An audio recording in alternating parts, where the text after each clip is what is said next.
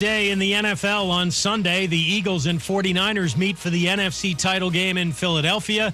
Then it's the Bengals and Chiefs in Kansas City for the AFC title. Bengals coach Zack Taylor doesn't plan to alter his approach with a Super Bowl berth on the line. We always want to stay aggressive, and that's our mindset in all the games we played this year. We don't try to be consumed by the moment, and man, this is a big call that's going to be criticized if it doesn't. That doesn't factor into our thought process at all. Zack Taylor, Bengals tight end Hayden Hurst will be available Sunday. He sat out one practice this week with a calf injury. ESPN's Marcel Louis-Jacques reports Dolphins quarterback Tua Tagovailoa is still in concussion protocol and won't play in next week's Pro Bowl festivities. Tagovailoa had multiple concussions during the season. Indiana basketball coach Mike Woodson should be back on the sideline for tomorrow night's game against Ohio State. He missed Wednesday's game recovering from COVID-19. The Hoosiers have won 4 in a row. We all know the game isn't over till it's over. So next time you need parts for your car, don't call it quits. Go to eBay Motors. They have 122 million parts to take your car into overtime. Get the right parts at the right prices. ebaymotors.com. Let's ride. Now, your chance to win $1,000. Just enter this nationwide keyword on our website. Bank. That's bank. Enter it now. Log on now to ESPNAVL.com. And good luck from ESPN Asheville. In the heart of Beer City, USA, 2 men, 1 journey to create a sports show unlike any other. Unfiltered, raw, and honest. One of them played a soccer goalie opposite Ben Stiller. The other once scored 6 points on Steph Curry. These guys know their shit. Let's go! Tank Spencer, Jeremy Greene, The Sportsocracy. Presented by Ingles Supermarkets. Low prices, love the savings. And Fred Anderson Nissan of Asheville. And welcome in to a Football Friday. You sound like better? Vince McMahon Was when that you better? do it. I don't like when you do my things. Oh, well, I tried. If you're going to do it, it's a Football Friday. There you go. Football Friday here in the Sportsocracy. You are here with us in the Ingles studio, in spirit, obviously not in person, or this would be a very, very crowded studio. It's only so big as it sits, and there's really not enough room in here for me, Jeremy's ego, and you. So, frankly, there's not enough room in here for Jeremy's ego in anything else. AFC, NFC championship games, ins and outs, all the picks coming your way over the next 3 hours, and, of course, all of your comments in the chat. Just get with us on the YouTube stream. Go to thesportsocracy.com, click that live video link, subscribe to the channel so you can join us in the chat and get all your points in on the game or the games this weekend. We will be doing live reaction broadcast of both games just before kickoff of the 3 o'clock game for the San Francisco 49ers and the Philadelphia Eagles. I'm still very interested to see what foodstuffs my lovely better half is able to procure for no monies. It's still the most magical thing I've ever seen in my life. She does know about this expectation, right? Like you've talked to her and said, hey, you're supposed to bring the food. Yes. So she is going to a baby shower that will last probably through the 49ers and the Eagles. Okay. And frankly, even if she just goes, you know what? I forgot. And she doesn't show up till it's over. Domestic lights, they make everything okay. Okay.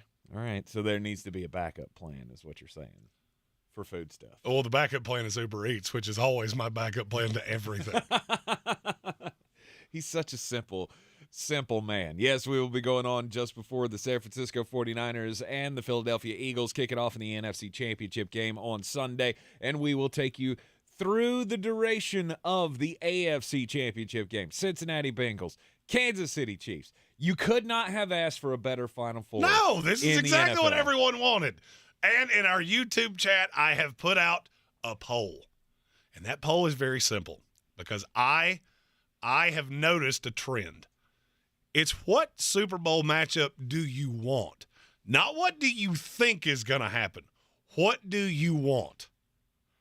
Because universally, it seems to be the same answer. To me, it's very easy. It's Bengals 49ers. Bengals 49ers. That is the universal answer here. And look, I understand why you don't want to let the Eagles in. The Eagles, they have the same problem my Jets do. There's some fans in that fan base that are kind of hard to root for. It's not even about that for me. It actually all boils down to one thing for me. Is it Brock Purdy? No. I mean, Brock, yes. Or you want to see somebody new win it? It's Christian. It's Christian McCaffrey. Uh, My heart is in this Final Four for Christian McCaffrey. I want to see him go win a title. Always loved him. Loved him as a pick for the Carolina Panthers. Loved him as a player. And now that he's with San Francisco with a team that I believe can actually win something, I want to see him do it. There's a tremendous story on ESPN.com of how that trade came about. Very much worth the read. And it even got me slightly on that side, and I was never a huge Christian McCaffrey guy. But I'll be honest with you, I'm going into this not really caring. I don't care who wins. I mean, deep down inside, I have the matchup that I want to see, but I'll take what you give me. Oh, no I'll doubt. take what the NFL gives me. If I end up with Kansas City Chiefs and Philadelphia Eagles, I think that'll be every bit as good of a game as the Cincinnati Bengals and the 49ers. And for some reason, I don't. That's the one I don't want. I do not want to see Eagles, Kansas City Chiefs. But why? I don't know. Okay. Because there is something about that just when it rolls off my tongue, I go, I mean, I'm going to watch it, but I'd watch it if it was the Texans and the Bears.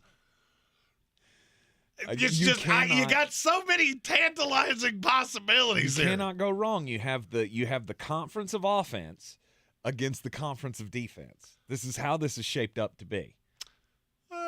For the top two teams, I would That's argue what I'm this saying. is the conference of the AFC is the conference of offense. The NFC is the conference of, man, I'm glad this is the two that got here because all of the rest of you were BA-double-D, bad. Well, I mean, it was we all felt like it was a pretty foregone conclusion that we would end up with these matchups, some form of these matchups, minus, Jeremy and his Buffalo Bills. But we expected these were the teams that were going to be there. You had two in the NFC, you had three in the AFC. Guaranteed we're going to end up with four of these five teams in the conference championship games. Buffalo didn't get it done last week, and that gives us Cincinnati. And Cincinnati on the precipice of becoming the next evil empire of the NFL. And that's what I think it is. I think that's what it is. I've seen the Chiefs win a Super Bowl in the last handful of years. I've seen the Eagles win one. I've never seen the Bengals win one. Nope. Do you realize how long it's been since San Francisco's won a Super Bowl? 1994. Yeah, when they beat That's almost 30 years ago. They beat the San Diego Chargers. Just stomped the San Diego Chargers. Yes. And the reason I remember that is because that's the first wager I ever made. The first wager I ever made with somebody was on that San Francisco-San Diego Super Bowl. How old were you? 12? I was in the 7th grade. You didn't make your first wager till you were in the 12th grade? No. Amateur. Amateur. I was betting Skittles on the playground. Let's go. Dude, I was born cheap, okay? And I thought I was getting something special. I was There slinging. was a dude that was just going to hand me $20 if the San Diego Chargers won that game. And you learned a valuable lesson that day. I don't You're bet. not so good at this. I don't bet games. I was slinging parlay cards in the 2nd grade. You were running the book. Oh, no doubt. Let's go. North Windy Ridge Elementary School or wherever the hell you went. That would be Glen Arden. I was here. Oh, I was thinking you were up in No. No, North I was here. Buncombe. No. Oh, no. I didn't move there till way later in life. Gotcha. Okay. But, we've buried the lead here. So we got a button. It's time. It's time for the opening drive.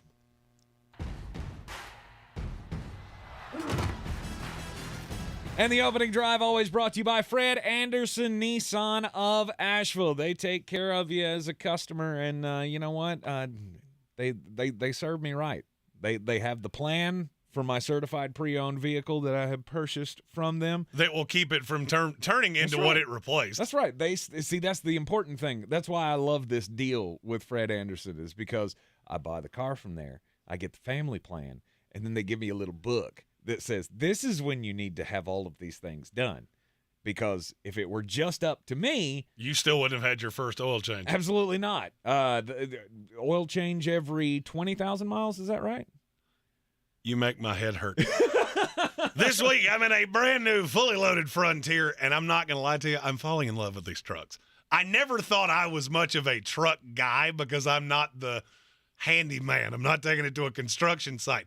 But I stopped by Ingles last night to pick up some groceries, and I did have somebody in the parking lot say, that truck suits you. I think they saw the little info sheet on the side, and they thought I was demoing it, which I am. Yeah. They just looked at me and said, that truck suits you. And I still don't know what that meant, but I agree with them because I love this truck.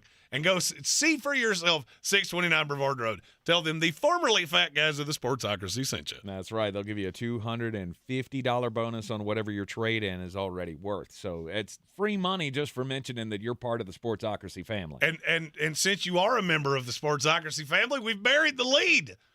It's anniversary day. It is anniversary day. They told us we couldn't do it, and we showed them that we could. We have now, as of today, been on this here radio station, on your radio box, for 3 years. 3 years. It's the longest 3 years in the history of mankind. And nobody has taken me out with a tire iron in a back alley. I have yet to have anybody aggressively scream at me in person. And we are here to thank you for that. Absolutely. It's been, like I said, the 3 longest years in the history of mankind, and that is not an indictment on having to work with the with the flow man over here. The flow man? Yeah. That sounds like I own a toilet plunging company. I don't like that. You look like you should. I kind of do. Especially when you take your hair down. I kind of do. Yeah, I mean, working our way through a pandemic and then, the various challenges that trying to run your own radio show brings you each and every week. We can't thank enough all of our sponsors, Ingles Supermarkets, for I mean, they were the first. They were the A1. Ingles was the one that believed in us when nobody knew who we were. That's right. They were the A1 since day one. Obviously, they get first billing for this whole thing. Oh, yeah, because when Ingles said, hey, we want to support those guys, I think the people in this building went, who? Who is this mulleted person to whom you're referring? Because we don't know who that is. iHeartMedia Asheville, obviously great partners and have allowed us to do our craziness here each and every day over the last 3 years. And somehow 3 years into this, I have never been yelled at for anything I've said on air, and that is just shocking. Yes, indeed. Obviously, Fred Anderson Nissan of Asheville, Rogue Combat Club. Clarissa Marshall. Clarissa Hyatt Zack. Excuse me, that's the first time I've done that. You got me into it, too. It's the first time I've done that. Clarissa Hyatt Zack. Asheville Police Chief David Zack, who cannot be with us today. Unfortunately, there are things transpiring around the world that he has to deal with because, well, he has more important things to do than talk football with a couple yokels. But he will be back very, very soon. Absolutely. Our good friends over at Western North Carolina Auto Detailing as well, Outlaw Off-Road, PhD Weight Loss. I mean, we have been able to do this because of their support for us and their respect for you as an audience, and that audience continues to grow each and every day, and more businesses will figure out that this is the place to be in the afternoons on Asheville Terrestrial Radio. I'm not going to lie. It's still it shocks me on a daily basis, and we appreciate all of you more than we could ever say, and we have our first one of these of the day. I'm your huckleberry. Oh, I can't see it. It's from Jekyll, our buddy Jekyll. First drinks on me, boys. Hopefully those domestic lights go down as easy as the Chiefs and the Eagles. Happy anniversary. All right. I'm perfectly fine with that. And it's just that simple. If you want to get in the chat, just show a little love, however you want to do it.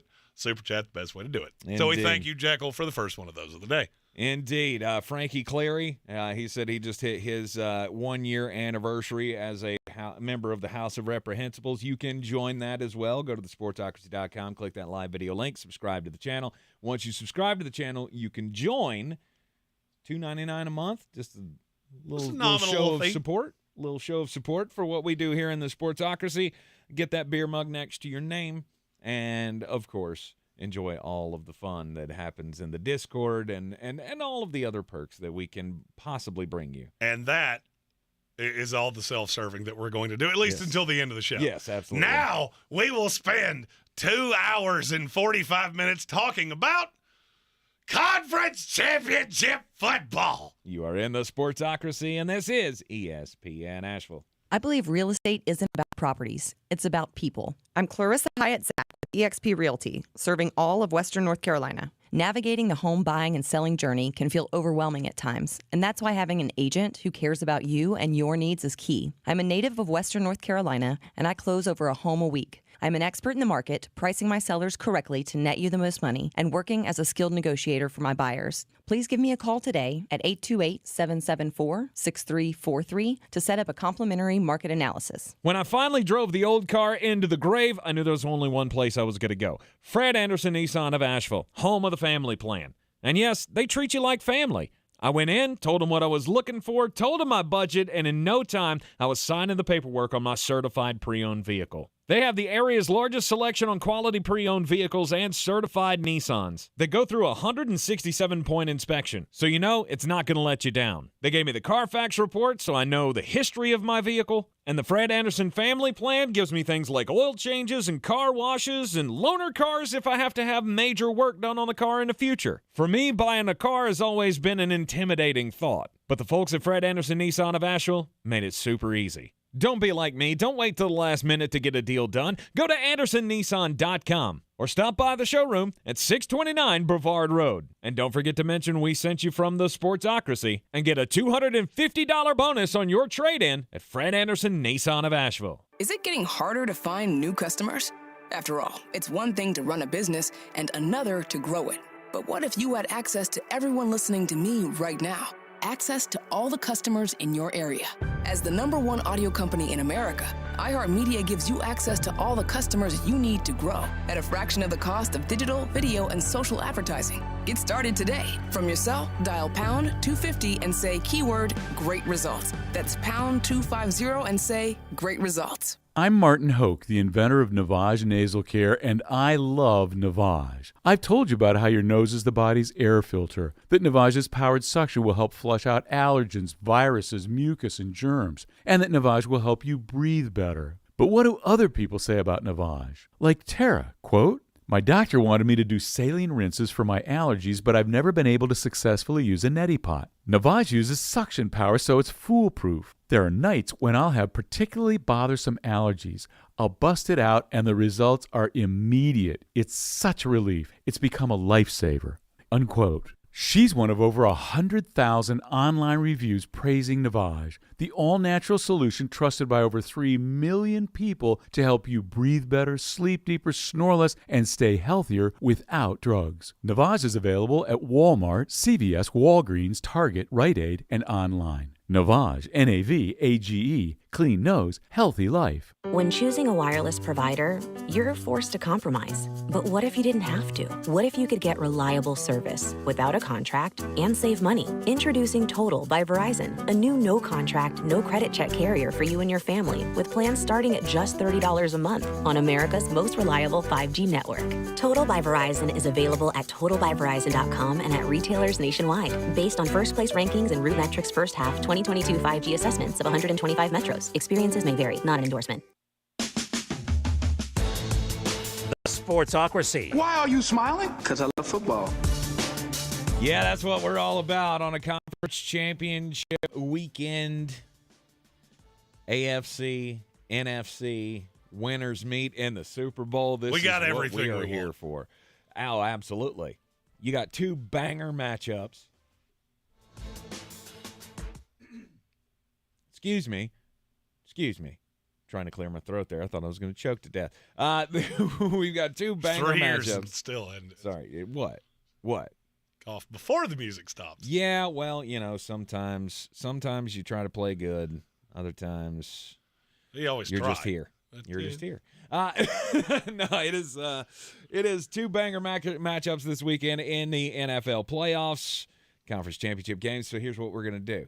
We're going to take over the next 2 hours, and we're going to break down these 2 games. We're going to start the advantages and disadvantages that the Cincinnati Bengals offense has against the Kansas City Chiefs defense. And the clear advantage is they're better. Well, the weapons are just outrageous. But I mean, you just look at these two, like from the 50,000-foot view, you go, that offense is going up against that defense? Okay, I feel pretty good about this. But now something that you wouldn't expect, the corners for Kansas City have actually held up reasonably well this year, especially when you think about advanced analytics. Don't take into account that Kansas City scores as many points as they do. So the fact that you see as many snaps and pass coverage as you get, I mean, Trent McDuffie and Jadarius Sneed have both been good. Now, are they good enough to deal with Jamar Chase and T. Higgins? No. This strikes me as you just have to stem the bleeding. Because the matchup to me that is the most important is Jalen Watson on T. Higgins. Mm-hmm. Because that's the matchup where you could get absolutely eviscerated. That's where the biggest mismatch is. People will look at Trent McDuffie on Jamar Chase. And I get why you're saying that, because Jamar Chase is the better player. I'm not so sure that's where the advantage is. Mm-hmm. I love T. Higgins in this matchup. If I'm playing DFS, if I'm doing any of those things, I'm all over T. Higgins. And I think he's the X factor for the Cincinnati offense. Yeah. Well, I mean, here's the thing. Is Cincinnati's secondary as good as some of the other ones that are left in the playoffs? No. This is the one No. clear mismatch that you see across any of these matchups. I would agree with that. But I heard this morning, and I think this was an indirect quote of Joe Burrow, but it was something to the effect of, we're not scared of anybody. There's no one left in these playoffs that the Cincinnati Bengals feel like they're an underdog to. No, and there is a swagger to this team that I haven't seen out of an NFL team in a long time. And I don't think that they're wrong. Because, I mean, you put them against the Philadelphia Eagles. You got a tougher cornerback matchup there, obviously, against these receivers. But I don't really care. San Francisco 49ers, same thing. You're still going to get yours. It's still Joe Burrow. It's still these superstar wide receivers. Because, yes, I put T. Higgins in that superstar category. He may not be up there with Jamar Chase and Justin He's a Jefferson, top 20 receiver in this league. but he's up there. He's a top 20 receiver in this league, and I think that's non-debatable. Mm-hmm.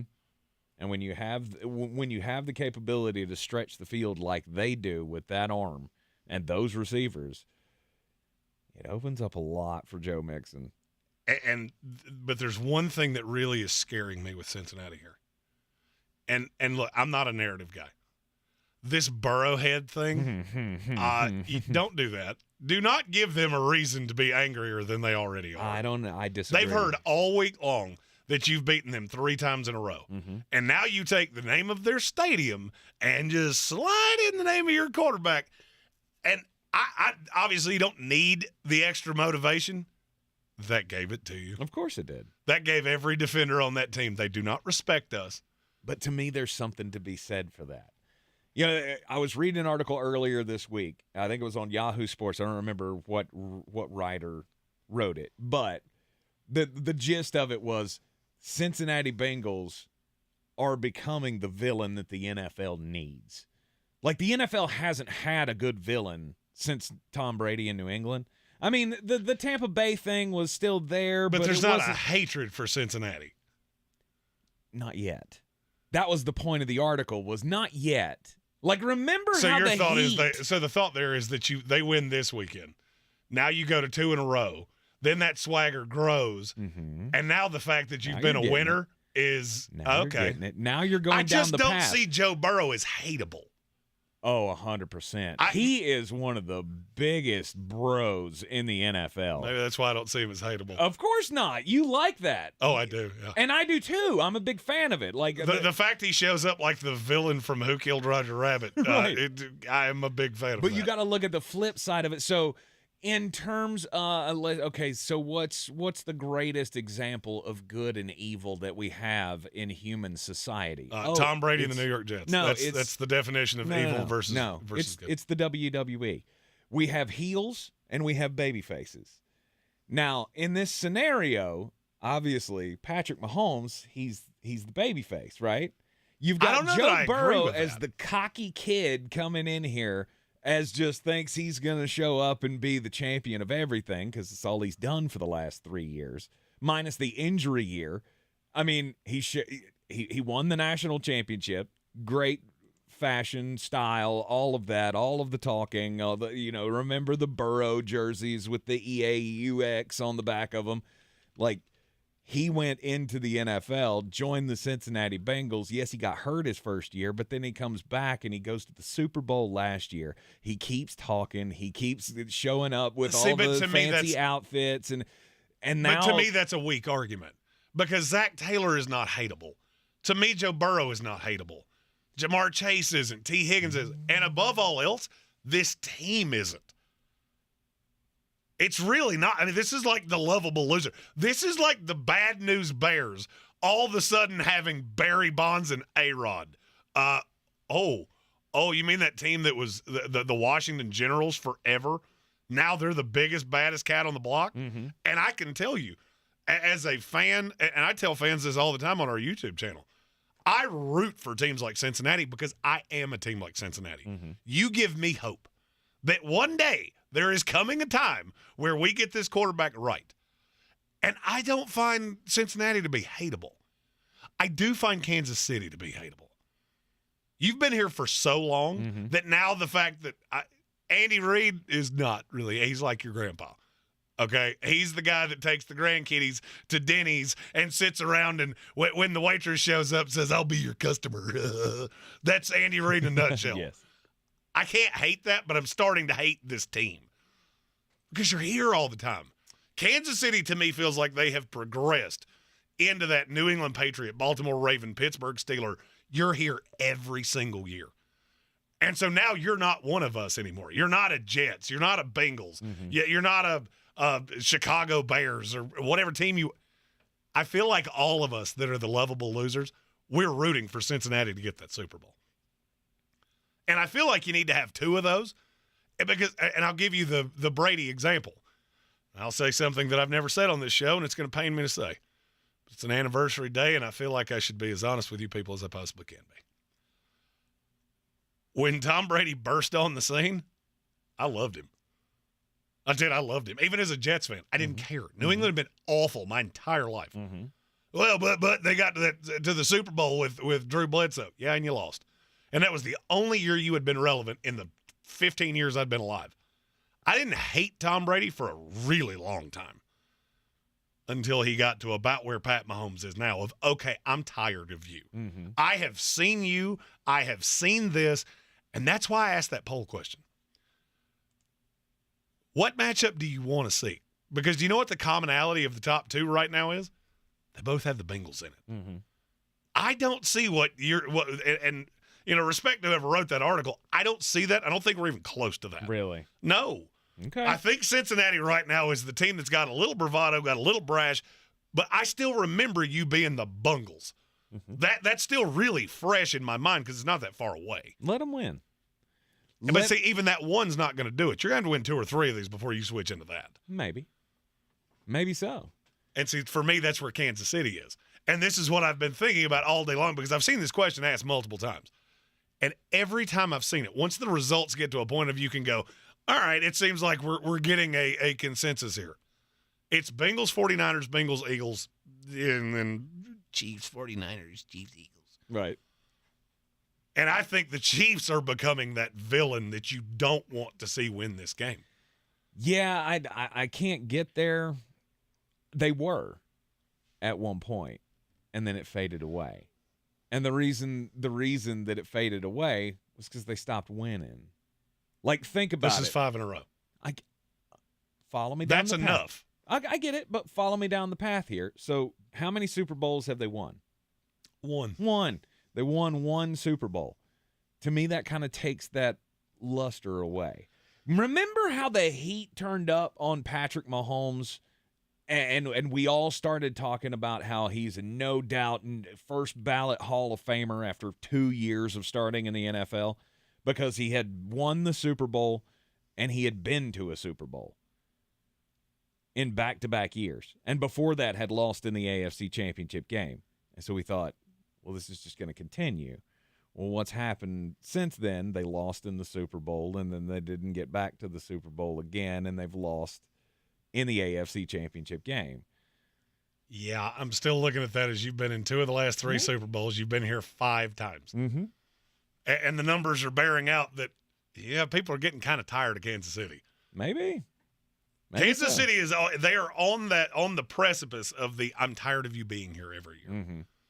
Cincinnati's not there, even with the bravado. Now, if Cincinnati gets to that point, oh yeah, I can see where you can be the Brady level of hatred because Joe Burrow is that good. Yep. He shows up in the cartoon outfits.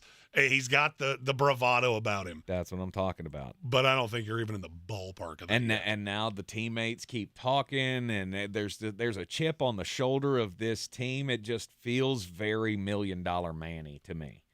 Which might be why I love it so much. Oh, 100%. And I love it as well.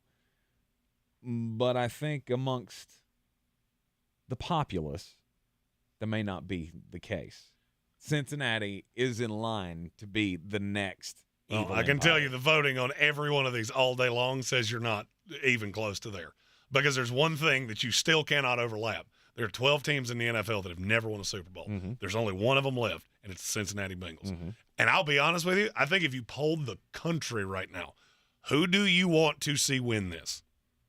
It would be Cincinnati as a no doubt runaway winner. San Francisco at 2, and Kansas City and Philadelphia would be fighting for table scraps. Mm-hmm. They could talk. They could talk all that smack though, and I think they should step into it. Step into the role. Play the villain. Keep playing this up because you're very, very good at it. You are in the Sportsocracy here on ESPN Asheville.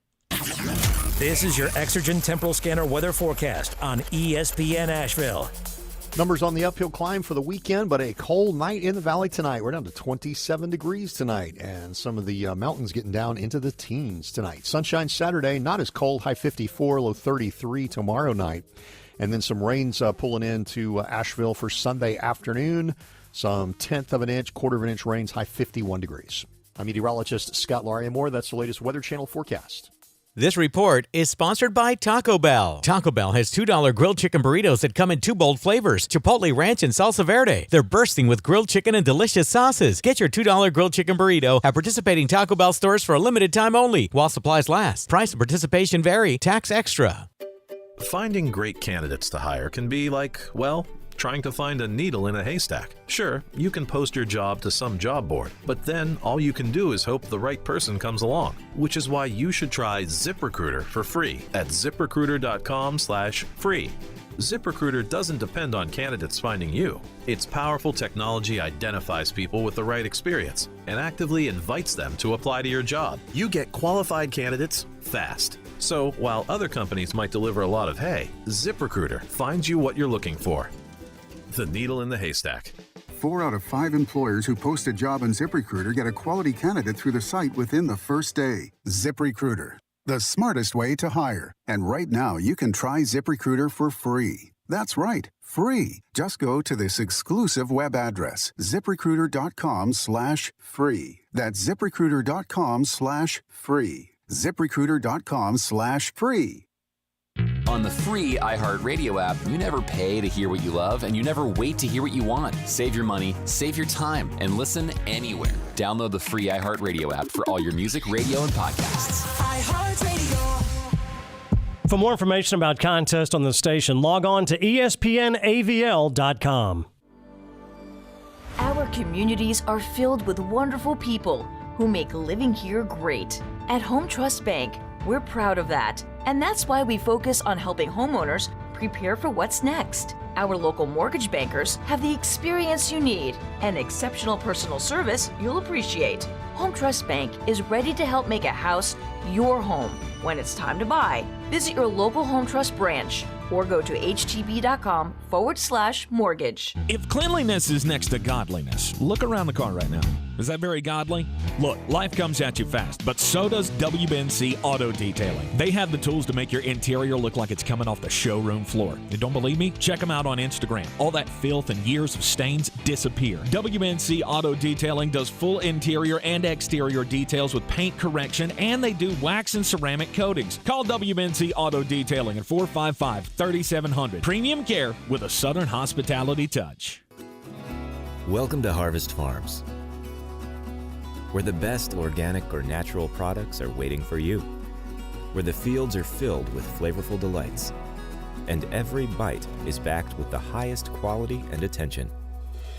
This is a place of affordable organic adventure, where freshness reigns supreme, that can only be found at Ingles. Harvest Farms Organics. You'll love what's inside.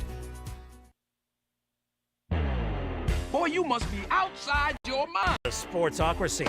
Just a bit outside. He tried the corner and missed. Welcome back into the Sportsocracy. And did you know that it's about that time? It's about All-Star break time in the NBA. Yeah, they named the 10 starters, and I went, yay. Somehow Joel Embiid didn't make it in spite of the fact he's averaging 33 and 13. God, the NBA is so you know what? The NBA has almost officially replaced Major League Baseball as the sport that just makes me go, how are you so stupid? Like, how are you possibly this dumb? Right. Well, the voting has taken place for the All-Star Game ballot, or the All-Star Game roster. Excuse me, I don't know where ballot came from. But so players get votes, right? Yes. So the players get polled, and it's they 50% fans, 25% coaches, 25% players. So the players get to weigh in on who they think should win the All-Star Game. Or media. I think the middle one's media.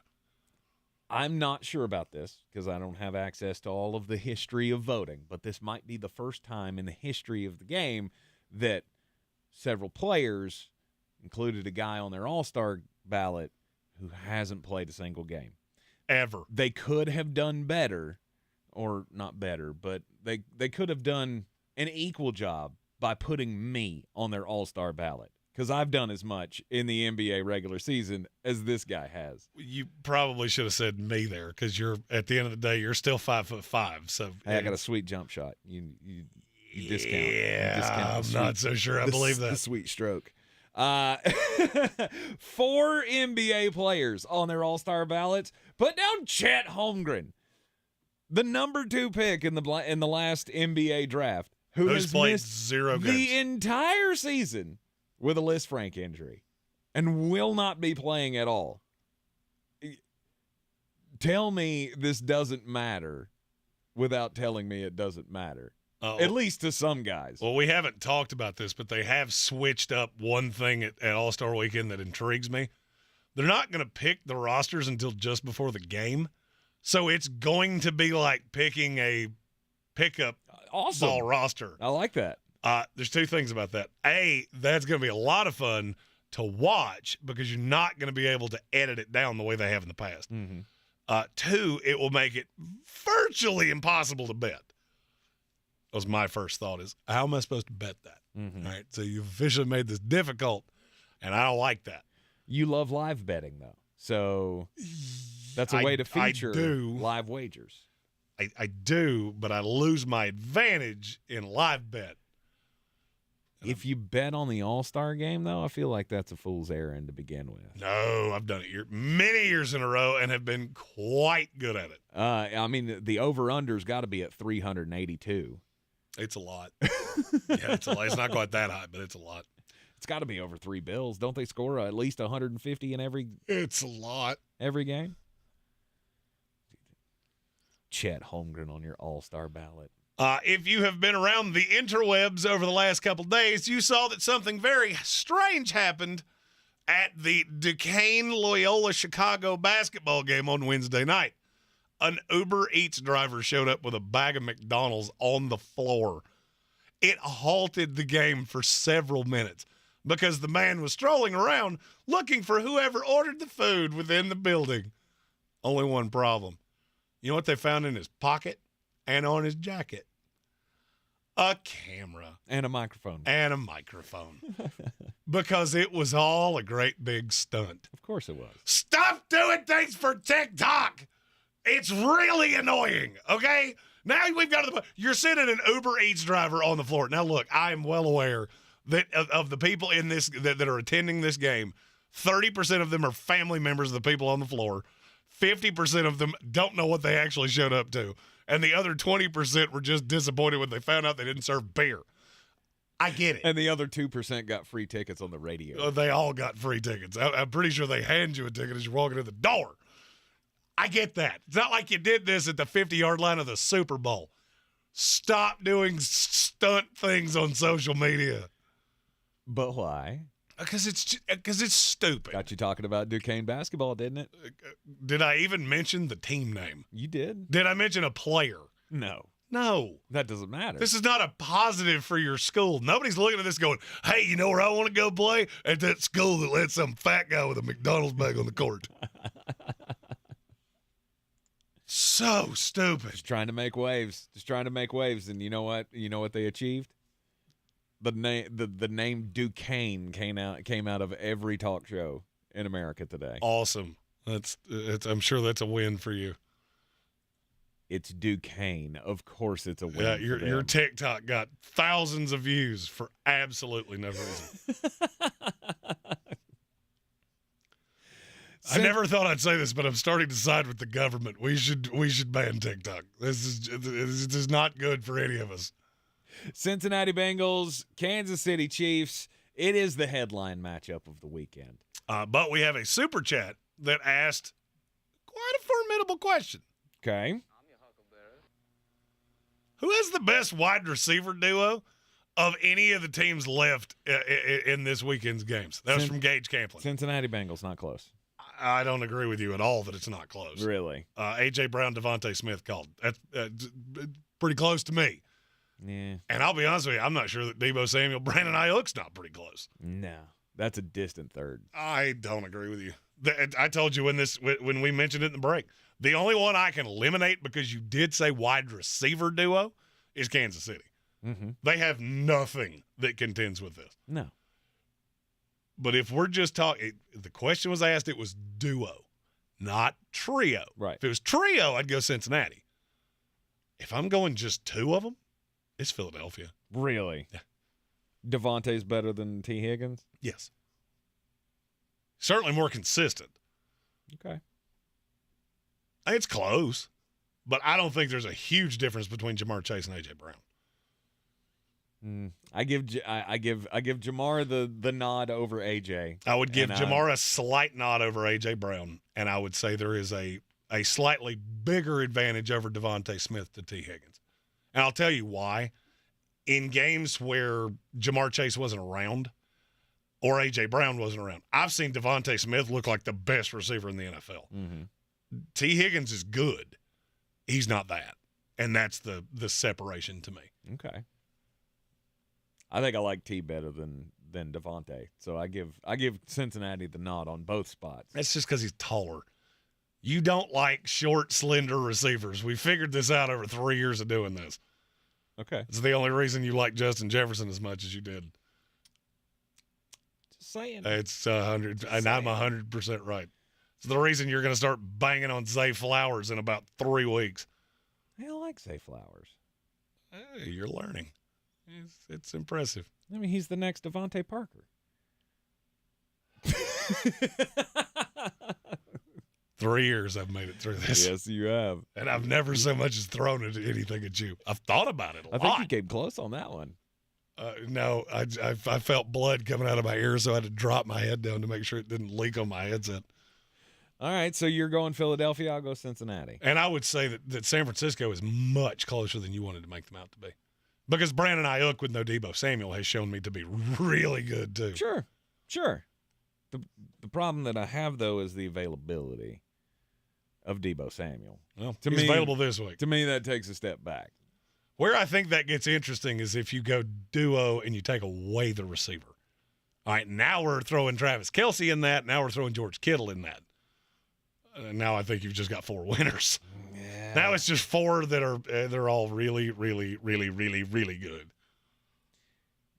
This is true, but I still feel like Kansas City comes up on the short end of the stick on that one. I don't know. Travis Kelce's the best of all of them. Well, yeah, he will. Travis Kelce's 1 and 1A in this discussion. He would vault them above San Francisco for me, but they're still third. It wouldn't go above San Francisco to me because I go Debo, George Kittle. So I'm not sure I wouldn't have San Francisco 1 if we were talking about it that way. Really? Oh, I love George Kittle and always have and always will. Interesting. I don't find there to be a huge difference between Travis Kelce and George Kittle other than availability. If they were both 100% healthy 100% of the time, which Kelce is and Kittle is not, statistically they look exactly the same to me. And Kittle's a better blocker, and that's not even debatable. Mm-hmm. Which, as a the tight end's kind of the thing I do like a tight end that can block. Love the all-around guy. Yeah, I get it. But I will say Travis Kelce is without a doubt the greatest tight end that has ever walked this planet, and it's not all that close. Otherworldly. Absolutely. All right. What can the Cincinnati Bengals do to get the best out of the Kansas City Chiefs this weekend, or vice versa? That's what we're talking about here in the Sportsocracy on ESPN Asheville. We'll wrap up our thoughts for the hour after this, and then, of course, focus on the NFC in the second hour. Everyone's heard about the housing market and it's being the best time to sell a house in years. But the same thing applies to cars. Whether you're looking to buy a car, trade in, or sell that car in the driveway collecting dust, Fred Anderson Nissan of Asheville wants to buy your car. They have 2 on-site managers that work with Kelly Blue Book to give you top dollar for your vehicle. You can even have your car appraised instantly at AndersonNissan.com. Stop in and visit them today at 629 Brevard Road in Asheville or call them at 828-365-1663. Rogue Combat Club, Asheville's home for comprehensive martial arts training, has a goal for our community, one that's stronger, more fit, and unwavers in its support of one another. Rogue Combat Club's instructors have competed at the highest levels and offer classes for everyone from young children to adults in Brazilian Jiu-Jitsu, Muay Thai, and wrestling. Rogue Combat Club classes can help you boost your self-confidence and self-defense skills while weeding out the egos and intimidation found at other gyms. Join today at RogueCombatClub.com. Real estate isn't about properties, it's about people. I'm Clarissa Hyatt Zack with eXp Realty, your native realtor serving all of Western North Carolina. I will work hard for you, and I believe in doing the right thing every time. I market each of my listings to reach out-of-town buyers. I use a professional photographer and drone video on every single listing, as well as collaborate with agents across the country to find your buyer. Check me out online at clarissasellswnc.com or give me a call at 828-774-6343. It would be my pleasure to assist you through the real estate process. My partners had told me I should get my knee replaced. I was in my 40s, and I decided that I wouldn't do that. That's orthopedic surgeon Dr. John Herzog, who found regenerative medicine years ago and became a believer. It changed my life around. It improved me to a point where I was able to jog again. That's when Dr. Herzog switched his focus from surgery to helping his patients with natural biologics. I've treated at least 5,000 patients. I believe your body has everything it needs to heal itself. Today, you'll find Dr. Herzog at QC Kinetics, the nation's leader in this exciting field of medicine that can give lasting pain relief with no downtime, no drugs, and no surgery. I have patients coming up to me that I did 10 years ago saying, Doc, my elbow's still working great. I'm playing tennis 3 days a week. Call QC Kinetics now to explore alternative ways to deal with your pain. It's a free consultation. Call QC Kinetics, 828-333-9517. That's 828-333-9517. 828-333-9517. Hey, this is Peter Schrager from the NFL Network's morning show, Good Morning Football. You've also seen me on NFL Sidelines and in studio for Fox Sports on Sunday. Well, I've got a new podcast with iHeart in the NFL, and we're calling it The Season with Peter Schrager. In each episode of this season, I'm going to empty my proverbial notebook and take you inside and behind the scenes on the conversations that happen at the highest levels of NFL franchises. Because that's your record Listen to The lamb Season or your with Peter creation. Schrager on the iHeartRadio app or wherever you get your podcasts. My friend and I are taking a trip to Mexico this year, but neither of us speak Spanish. So we downloaded Babbel and started learning Spanish fast. Want to start getting conversational in another language? In as little as 3 weeks, Babbel's quick 10-minute lessons were designed by language experts to be the most efficient and effective way to learn a new language. ¿Cómo te llamas? ¿Cómo te llamas? Babbel, language for life. Celebrating 10 million subscriptions sold. Now try Babbel for free at Babbel.com. That's Babbel.com. How much of the AFC Championship game hinges on the offensive line of the Cincinnati Bengals? Yes, they had the 3 replacements last week, and they played very, very well. Will that be a different story this week? Because they're going to have to do the same thing again. The official injury report is not out yet, but Zach Taylor saying today that he doesn't think that Alex Kappa is going to be able to go. Jonah Williams, same story, and they're already, of course, without Lael Collins because he's on the IR. So you got to see the repeat performance from that offensive line. Can they handle Chris Jones? Chris Jones is going to be the more difficult part. I mean, they handled Ed Oliver really well last week. Now, this is a completely different ball game. This is a completely different player. It's a completely different type of player. So I do think Chris Jones will be a factor, but the way you mitigate that is hit them to the outside. That makes Joe Mixon very important. That makes screens very important. You have to punish them for getting upfield, that's how Cincinnati has been mitigating pass rush for an extended period of time. Mm-hmm. I don't necessarily know that will be the biggest role in this. I will tell you a player that I'm very interested in is Isaiah Pacheco. He adds a completely different dynamic to Kansas City. And I've heard a lot of people talking about, we saw Pat Mahomes running or jogging or whatever it was at Chiefs practice yesterday. I got news for you. If you're trying to tell me with any kind of high ankle sprain that's 100%, tell me you never did anything athletic without telling me. You'll be lucky to be at 75%. Now, that doesn't mean that it can't be mitigated for a 3-hour game. I think it will keep them from being overly worried about you hitting me deep. That's the thing that the Mahomes injury really does, is because now I've taken away the element of you hitting me over the top. Marquez Valdez-Scantling becomes, I'm not going to say irrelevant, but it would take a special performance from Mahomes to get him involved to the level that you would expect. Which makes me think you're probably going to see something a little tricky with Kadarius Toney. Mm-hmm. I see them using him a lot. The Mahomes deal basically to me is just that's almost like a golden ticket for Andy Reid to be the mad scientist that he is. That scares me more than anything. That and the Burrowhead. That was I don't know who came up with that. That was Apple. Dumb. It was Eli Apple. Apple. Course it was. Of course it was. It's going to be Burrowhead. Again, that plays into that whole chip on your shoulder, always talking kind of thing. Yeah, it also plays into Pat Mahomes standing on top of a chair in the locker room waiting to come out with his ankle wrapped 3 inches deep. Absolutely. And gives him a rallying cry. Yeah. You don't want to poke the bear. I have shifted my take on this game aggressively in the last 48 hours. All because of the Burrowhead statement. That didn't help. The betting anomalies started to bother me. Anytime I start seeing all right, this is the best way I can explain this.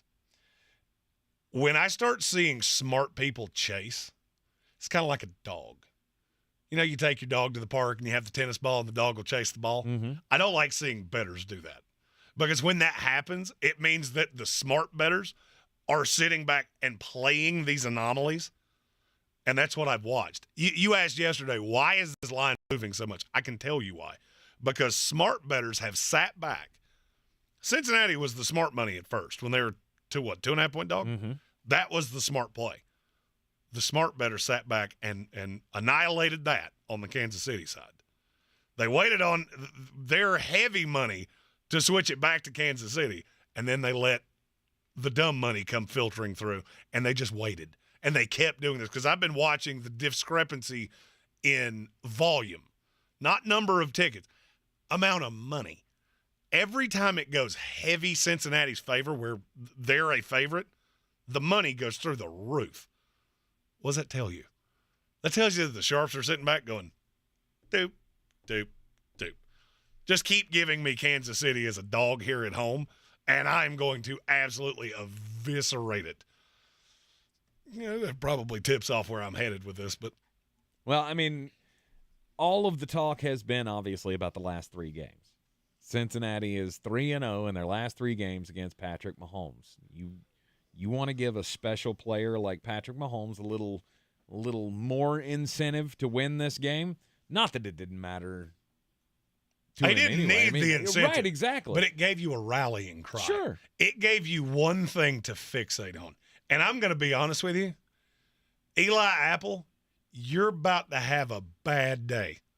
This is not going to go your way. That was always in the cards, but especially after you start talking as one of the worst corners in the league. You were going to get picked on anyway. Mm-hmm. Now, they may push Lou Anarumo to changing the game plan. I see a path where Pat Mahomes just identifies him on every play and goes, not only are we going to beat you, we're going to beat you with loudmouth over there. I will also say the loudest person in the locker room should not be the worst player on the team. That's a really bad habit to get into. It is. It is a really bad sign. Cincinnati on defense is going to be fun because it's always fun to watch Lou make the adjustments mid-game. It's one of the things that I think he doesn't get enough credit for is being able to make the adjustment midway through the game. Remember last year's game, they were down, 21-3, and then ended up coming back and winning that game, and it was all because they were just able to bewilder Patrick Mahomes. The chess match is going to be really entertaining. The difference for me now is I look at Kansas City as you do now have that between the tackles runner. These teams are healthy-ish. I mean, I'm not going to say either one of you is at full strength. Kansas City's quarterback's hurt. You got a couple linemen hurt for Cincinnati. This is going to be who can out-adjust who.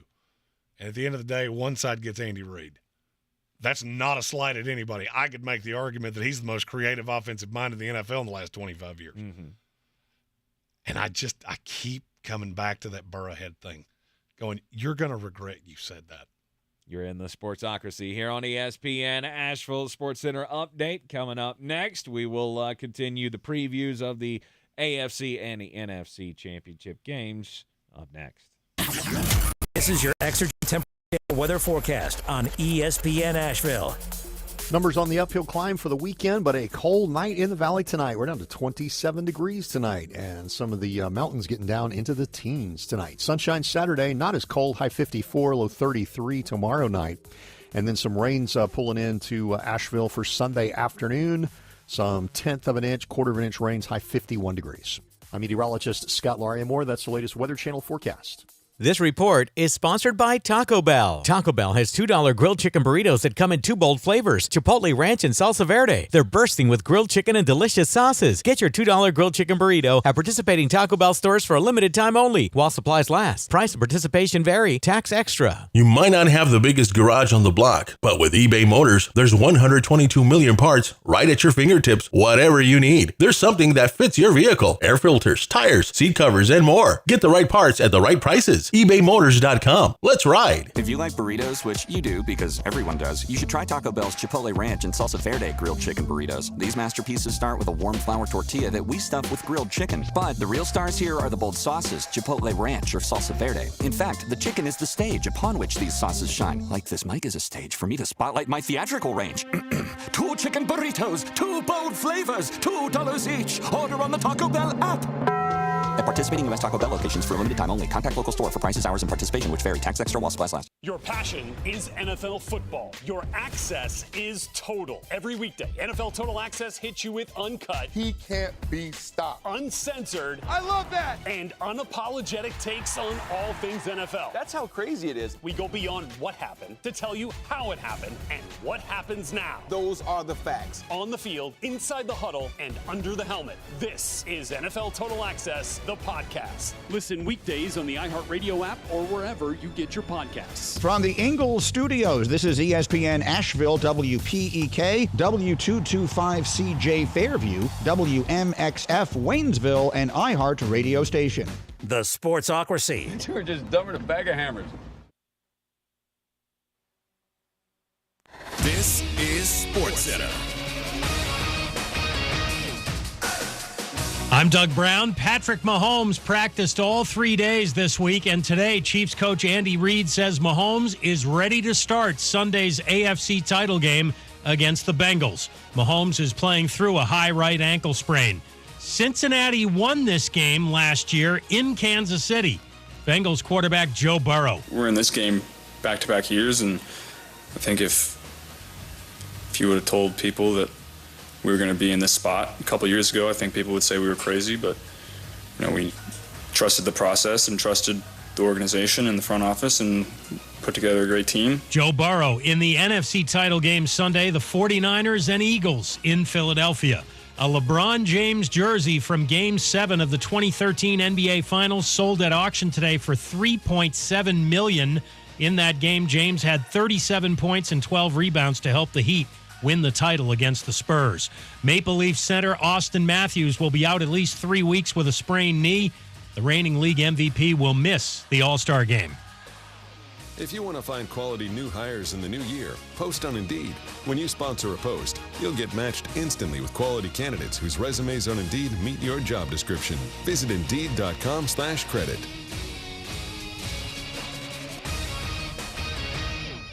Now, your chance to win $1,000. Just enter this nationwide keyword on our website, bank.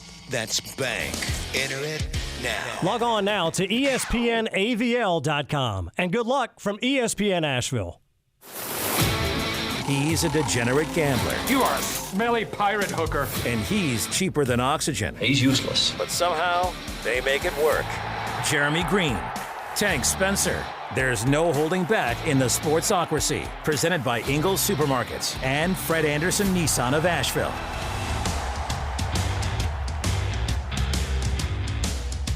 It's ESPN Asheville, 92.9 FM, 880 AM, and 1400. Welcome in to a Football Friday. Go ahead and do it. Conference Football Friday. Here in the Sportsocracy, celebrating 3 years of being here on ESPN Asheville as a daily weekday staple. You have put up with us for over 1,000 days. Yes. And you continue to tell your friends about it, and we can't thank you enough for that. Go to thesportsocracy.com, click the live video link so you can watch us on YouTube here from the Ingles Studio. You know, one of the things I've always found funny about this show is that we tend to find we run into fans of this show in bars predominantly. Mm-hmm. I wonder if that really does that speak to something? Yes, you've been advertising in your meetings. Oh, well, I don't go to meetings. 92.9 FM, 880 AM and 1400. The Sportsocracy and ESPN Asheville heard everywhere on the iHeart Radio app. Take us with you everywhere you go. AFC Championship, NFC Championship. We will have live reactions on the YouTube channel all day on Sunday for both of these games. So be sure to subscribe to the channel so you get that alert when we go live. Good number of domestic lights, I would wager. There are going to be quite a few. Jeremy will put back way more than I will, obviously. No one is shocked. Nobody's shocked by that. He has set the over-under at 14.5, and I have aggressively taken the over. I mean, you're probably not wrong, but maybe not aggressively over. 2 games, not just one game. Correct. We'll be here for at least 8 hours. Yes. Aggressively over 14 and a half. Yes, that but barely puts you over 1 an hour. Yeah, but I also didn't say anything about Fireball. So that's where you may have made an error in judgment. Indeed. I did not think about the actual... And there will be none of the cinnamon gas station knockoffs. Which I saw some of that today at a gas station I can't in Black unsee Mountain, it now. and I went, I can't unsee it now. That's that cheapo gas station Fireball. Oh, got duped into buying. That's big red syrup with a little alcohol in it. Okay. We appreciate everybody joining us here in the Sportsocracy. Get your comments on the conference championship games in the chat. We've got a super chat from our good friend Gage Camplin. I'm your huckleberry. Says game ultimately comes down to Mahomes' health. Well, yes. Oh, I mean, that is the biggest story of this game. Yes. I mean, the Kansas City Chiefs won't have a great shot at winning this game if Patrick Mahomes is extremely hampered. And God forbid, Chad Henne's does not something leading to a re-injure. Chad Henne's not leading a 98-yard touchdown drive against the Bengals. I wouldn't think so. That's just not going to happen. That's not in the cards. I wouldn't think so. We've talked about the advantages that the Cincinnati offense has over Kansas City's defense. But when it comes to Kansas City's offense and Cincinnati's defense, Eli Apple. I mean, obviously he's the weak link. Has been for the last 2 years. But I'm also trying to go down the path of, I mean, will they be able to formulate a game plan like they did in the second half of last year's AFC Championship game that led to the big comeback where Lou Anarumo dropped the lineman into coverage?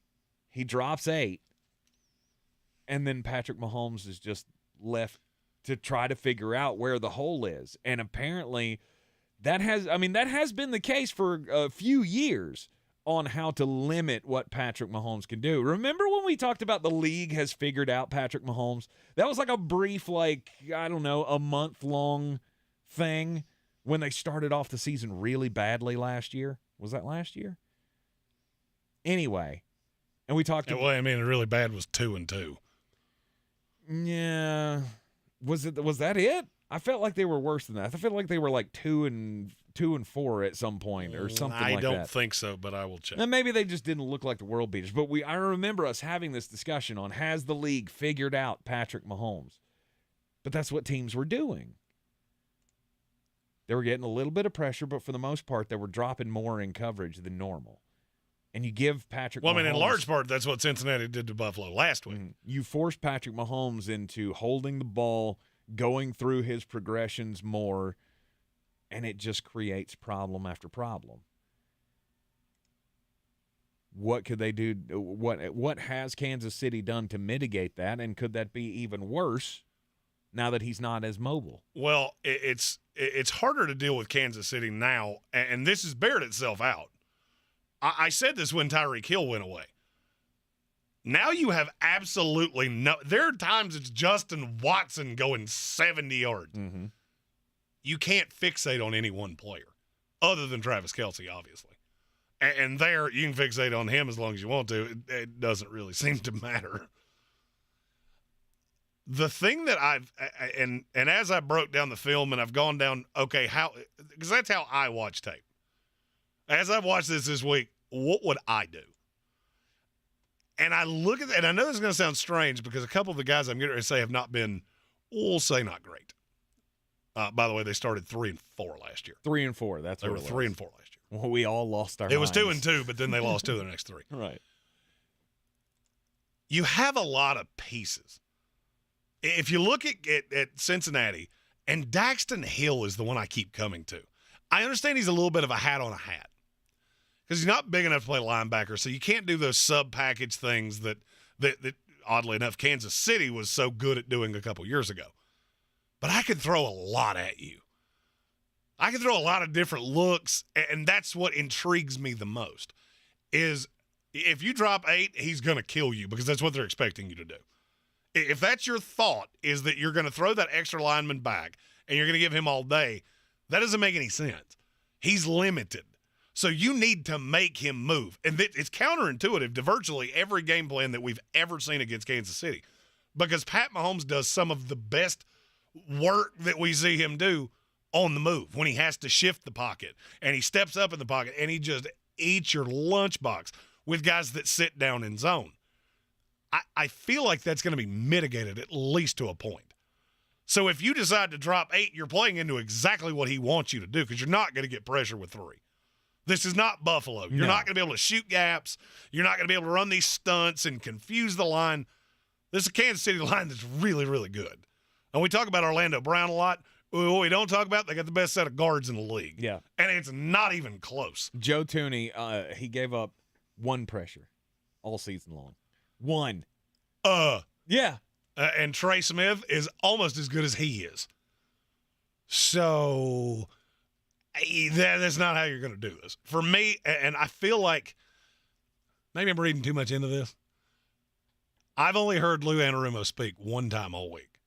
And the one thing I heard him say 2 times was talking about the depth that Mike Hilton can blitz from.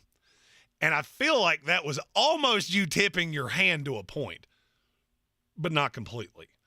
Because you have another player that has not been used a ton, and at times it has not been great. But there's a reason you drafted Daxton Hill. It's because he does the exact same thing. And so for me, I could see a path where you start throwing 4 corners out there, and now you don't know where the blitz is coming from. And the fact that he is a little gimpy, you got to really make sure that you got the protection set, because if you don't, you got a free blitzer coming. And it could be from depth. It could be from right up against the line. It doesn't matter. I'm just throwing so many different looks at you that you never really feel sure of what you're looking at. That's the only way you're beating Pat Mahomes. The way this offense is set up right now is it's almost like a buffet for Pat Mahomes. Oh, you're going to leave Sky Moore in the 20 snaps he plays a game. All right, great. That's the guy I can beat you deep with, because he doesn't have to get great depth. He's just so much faster than anybody you're going to put on him. And that creates mismatches. That's the reason I've said this chess match is going to be so entertaining for me to watch. I've said all week long, I feel like San Francisco, Philadelphia is the appetizer. Yes. The NFL and then did you this get the absolute home run of Cincinnati, Kansas City. Mm-hmm. Stephen Talbot, go ahead. I was going to say, because you don't want to have your primetime game finish 17-13. Indeed. You don't want it possibly ending up in a 10-7 gross fest. By the way, I see no path to that happening either. It could, though. Stephen Towner, YouTube chat said, funny, that's how you beat Burrow, too. I don't know where the bell went. The bell disappeared. There you go. That's exactly what I was headed for. I'm not sure that both of these teams shouldn't have the same game plan going in defensively. Just send extra blitzers. Not send extra blitzers, send them from different places. That's the reason that I've said exotics so many times this week. If you think you're going to line up 4 guys on either of these lines, Jackson Carman is a house. Your 4 guys are not getting home. Joe Burrow throws it quicker than any quarterback in the NFL. Pat Mahomes has the best line in the NFL, at least in the AFC. Right. Him and Philadelphia is debatable. You're going to have to get cute, for lack of a better word. And as I look at the pieces, I'm not sure that Cincinnati is not more equipped to do that. I know that sounds weird because player for player, they look really similar. Mm-hmm. Cincinnati's got guys that do multiple things. And I haven't seen it all year long, and I've been really curious as to why. I'm not so sure this isn't something that you've had sitting in the arsenal, just waiting for the right time to deploy it. And this is the right time. Well, we all know that Patrick Mahomes has one major safety blanket that is a nightmare for everybody in the NFL. And it's the greatest tight end of all time, Travis Kelce. So what does Cincinnati do defensively and scheme-wise to be able to mitigate him? Oh, you're not going to mitigate him. No team in the NFL has done it all year long. You're not going to mitigate him. This is going to sound weird when I say it. I don't care what Travis Kelce does. I'm fully expecting him to have 150 yards and 2 touchdowns. I don't care. Okay. I need nobody else to beat me. Whether it's Pacheco, whether it's Juju Smith-Schuster, Marquez Valdez-Scantling. I need the rest of you to be irrelevant. Kadarius Toney, when invariably you get that weird play that they pulled out of the back of the playbook, I need none of that to work. Travis Kelce's going to get his because there's not a player on this field that can stop him. Mm-hmm. And if you start doubling him up, good luck. Because I can tell you where that's going to go. The minute Pat Mahomes sees that roll coverage with the safety over the top, he's going to go, all right, where is that coming from? Who does that leave in a mismatch? Because that's what a double team does. And that is what I've been saying all year long. Now you can't roll the secondary coverage to Tyreek Hill. I don't know who it's going to be. It could be Noah Gray or Justin Watson or one of these lesser used players. Oh, and by the way, I haven't even mentioned Jerick McKinnon, who was tied for 4th in the NFL in receiving touchdowns. This is a formidable Kansas City team. Absolutely. But you do have a limited Pat Mahomes, which I feel like condenses the playbook. The good thing of that is I'm not really worried about you beating me deep. But I do have a fear there's nobody in the NFL that's better with their eyes than Pat Mahomes. Mm-hmm. And if you get caught, it doesn't take much for him to burn you. I won't be surprised. I mean, they'll still try to take their shots downfield. It'll just can he get the touch on it? Can he get the accuracy on it without having the benefit of that back plant foot? That's the real question. You're in the Sportsocracy here on ESPN Asheville. Come back for the break. We'll switch gears over to the NFC Championship game. The advantages and disadvantages of being the Eagles or the 49ers. It is your top the new ESPN Asheville. Traffic slowing 240 westbound between Charlotte Street and Montford Avenue. 26 eastbound crawling between Hendersonville Road and Chimney Rock Road. 26 on the westbound side. Stop and go between Hendersonville Road and Bavard Road. Haywood County, 40 westbound stop and go between NC 209 and US 276. Near Fletcher, Hendersonville Road northbound approaching Fanning Bridge Road, traffic is stop and go. Sweeten Creek Road northbound approaching Mills Gap Road is slow. Near Avery Creek, Bavard Road northbound approaching Long Shoals Road is slow. I'm Lyndon Fuel with your time saver traffic. This report is sponsored by eBay Motors. You might not have the biggest garage on the block, but with eBay Motors, there's 122 million parts right at your fingertips, whatever you need. There's something that fits your vehicle. Air filters, tires, seat covers, and more. Get the right parts at the right prices. ebaymotors.com. Let's ride. Hey, this is Peter Schrager from the NFL Network's morning show, Good Morning Football. You've also seen me on NFL Sidelines and in studio for Fox Sports on Sunday. Well, I've got a new podcast with iHeart in the NFL, and we're calling it The Season with Peter Schrager. In each episode of this season, I'm going to empty my proverbial notebook and take you inside and behind the scenes on the conversations that happen at the highest levels of NFL franchises. Listen to The Season with Peter Schrager on the iHeartRadio app or wherever you get your podcasts. If you like burritos, which you do because everyone does, you should try Taco Bell's Chipotle Ranch and Salsa Verde grilled chicken burritos. These masterpieces start with a warm flour tortilla that we stuff with grilled chicken. But the real stars here are the bold sauces, Chipotle Ranch or Salsa Verde. In fact, the chicken is the stage upon which these sauces shine. Like this mic is a stage for me to spotlight my theatrical range. 2 chicken burritos, 2 bold flavors, $2 each. Order on the Taco Bell app. At participating U.S. Taco Bell locations for a limited time only. Contact local store for prices, hours, and participation which vary. Tax extra while supplies last. At Ingles, whether we're celebrating Friday night rivals, televising college basketball games, bringing the Fan Fest to semi-pro soccer, or taking you out to the ball game at your minor league park, it's all in the bag. Ingles, low prices, love the savings. Real estate isn't about properties, it's about people. I'm Clarissa Hyatt Zack with eXp Realty, your native realtor serving all of Western North Carolina. I will work hard for you, and I believe in doing the right thing every time. I market each of my listings to reach out-of-town buyers. I use a professional photographer and drone video on every single listing, as well as collaborate with agents across the country to find your buyer. Check me out online at clarissasellswnc.com or give me a call at 828-774-6343. It would be my pleasure to assist you through the real estate process. Since man created roads, they've been looking for ways to get off-road and vehicles to take them there. That's where Outlaw Off-Road comes in. a premier off-road center for Jeeps, trucks, and SUVs with a complete lineup of off-road and overland services, including maintenance and repair to make your vehicle all that it can be. Check out their location right here in Western North Carolina at 85 Avery Creek Road. Call them today at 828-974-8480 or visit them on the web at theoutlawoffroad.com. Our communities are filled with wonderful people who make living here great. At Home Trust Bank, we're proud of that. And that's why we focus on helping homeowners prepare for what's next. Our local mortgage bankers have the experience you need and exceptional personal service you'll appreciate. Home Trust Bank is ready to help make a house your home.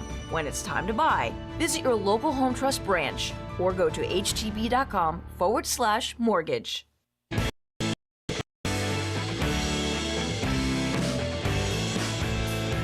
The Sportsocracy. Pull up your pants, take off the bra, and be a man!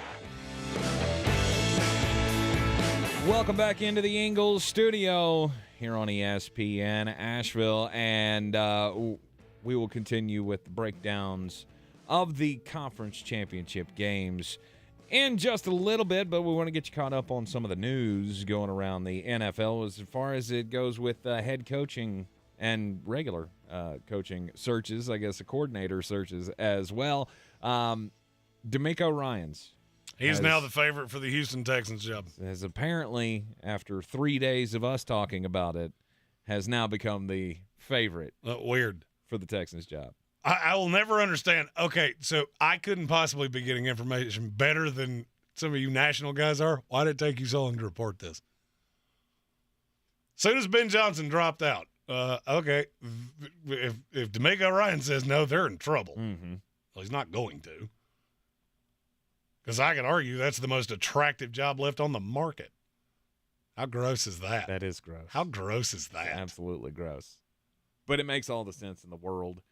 Former player of the Houston Texans goes back to coach the Houston Texans and bring them back from the abyss. The story writes itself. Well, that's how it was said to me, is that you've now fired 2 coaches in 2 years. So it's actually 3 coaches in 3 years, but 2 of them only got a year. Mm-hmm. So this is going to have to be somebody that brings a little loyalty to you, and this is a destination job. We don't talk about that much in the NFL. Right. But for D'Amico Ryans, that's exactly what this would be. And it would be a really easy sell to the fan base because it harkens you back to, we'll say, a better time. Right. I mean, that was said to me 2 days after the season ended. Mm-hmm. I mean, these guys, the big time reporters, they all want to make sure they're checking their T's and dotting their I's and I get all that kind of stuff. And I understand it, but well, I mean, because it's kind of funny. Well, because these guys say something and it blows up the internet for an hour. Mm-hmm. I get it. But then I saw that D'Amico Ryans is the favorite for the Denver Broncos. Yeah, I don't think he is. I don't think he is. I also find it funny that Sean Payton had to shut down a beat writer of, everything you just said is not true. When was this? Last night. It was about the Broncos job. He said with the Panthers out of it, there was an issue with a potential power struggle with a member of the ownership group. Sean Payton himself came out and said, yeah, that's not true. Now, I can't tell you he's still involved. Mm-hmm. Everything I've heard is he is planning to go back to Fox. But if the Waltons came off a gigantic mountain of money, that might sway him back. Right. So D'Amico Ryans now the favorite to be the next head coach of the Houston Texans. And then Michael LaFleur's got a job. Hey, it's good to see you weren't unemployed for long. L.A. Rams fans, I really hope you love off-tackle runs on first down because you're going to see a lot of them. I mean, is he gonna be trusted with play calling duties? No, God, no. No, it's Sean McVay. That's what I'm saying.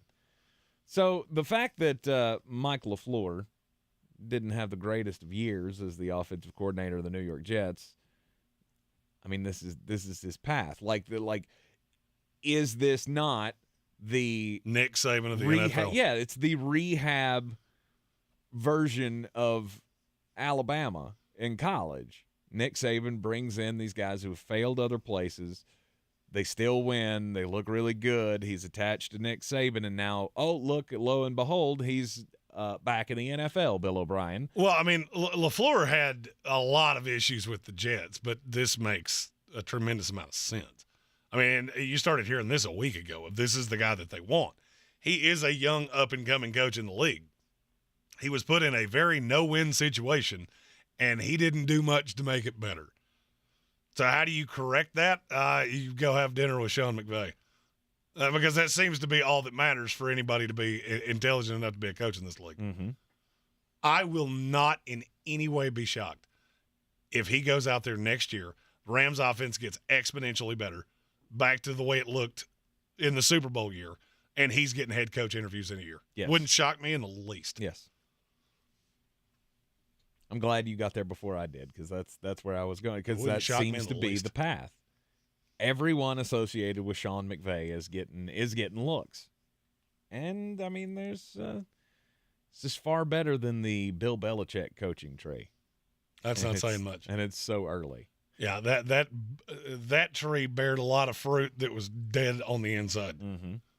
But now you've got guys going on to success. You got Zach Taylor in Cincinnati, who's getting ready, could possibly be going to 2 Super Bowls in a row.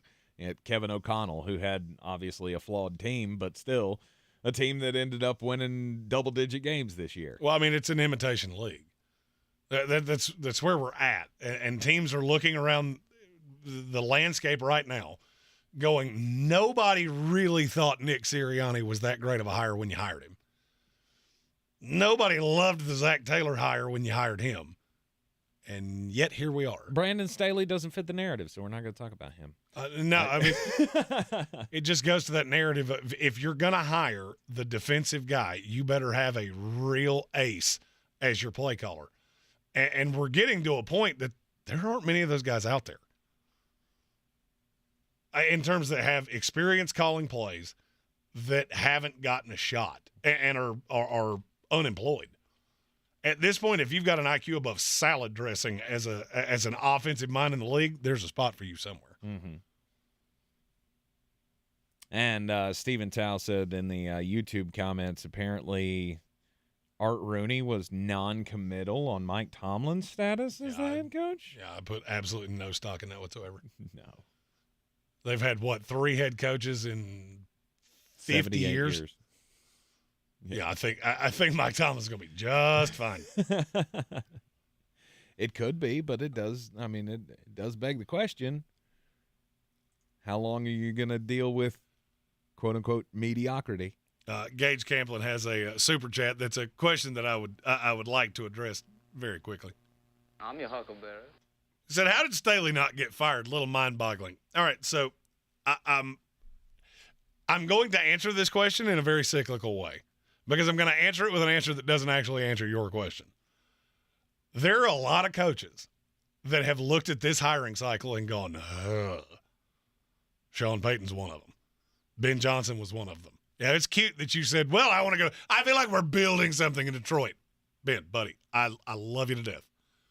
You could just come out and say, every one of these jobs is where you go to die. This is where your career goes to end. I'm good. The Chargers did not want to pay out Brandon Staley. They also did not want to take a chance at letting Staley go. Sean Payton tells them no, in spite of the fact that was allegedly the job he wanted. And then you're stuck with what exactly? Oh, are you going to hire Dan Quinn, who now has also said he's going back to Dallas? Next year will be the heavy hitter year of coaching jobs. Next year's the year you better make the playoffs. And I'm looking at a whole lot of you. Arthur Smith, Mike McCarthy, Brandon Staley, Robert Saleh. Those are attractive jobs. And don't be shocked if you have some people come out of the woodwork looking to take them. You're in the Sportsocracy here on ESPN Asheville. Hey, let's get weird. On the weird scale, there's Vegas, there's Florida, and there's Asheville. Let's get weird, Asheville. Okay, I don't know why I still find this weird, but to me, it's still just weird. There are so many weird people among us, and the things that they choose to get all upset about. I mean, come on, don't you have more things to be upset about than this? The Associated Press has apologized for the wording that they used in a tweet just the other day. Oh, this will be fun. So they were doing a story about French people. And in the tweet, they referred to French people as the French. Yeah. I'm not going to lie, you had me really nervous of the build-up to this. And as you can tell, putting "the" in front of anything is dehumanizing. And if you can't see it, then I just can't help you. Hashtag sarcasm. What the hell? Like, so what are we supposed to refer to them as? Some people had great suggestion, which I can get down with, of, okay, well, instead of saying the French, can we say people who suffer from Frenchness? At Sports Tank ESPN.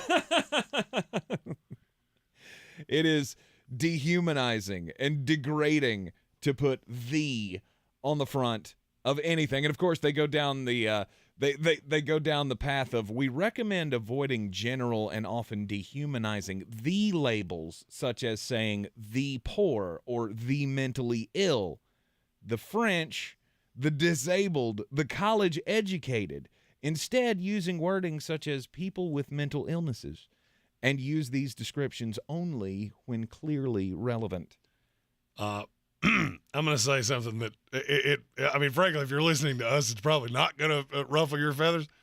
There are a lot of people that have entirely too much time on their hands. 100%. If that's something that ruffles your feathers, you need a hobby. You need to take up knitting or coin collecting or moving. Moving would be awesome. Like, just away. I don't care where. Away. Although, as crazy as this sounds, I think I'm kind of behind the movement. I'm kind of behind the abolishing the I don't movement. like where this is headed. Look, if it gets us Do you to not stop, like being called the formerly Fat Tank Spencer? if it gets us to stop saying the Ohio State University, you want to talk about dehumanizing? I think that's the example. Yeah. You want to know why? You want to know why the jokes on this show come from this side of the table? That's why. I often in this here. Hey, you're still on camera. Just throwing that out there. That was intended. Okay. Just throwing it out there. I totally lost my train of thought. One of my favorite stories, and this happens a lot, is how people spend their money. Well, something happened this week at the Walt Disney World. They shut down Splash Mountain for the final time. Do you have any idea where I'm headed with this? No.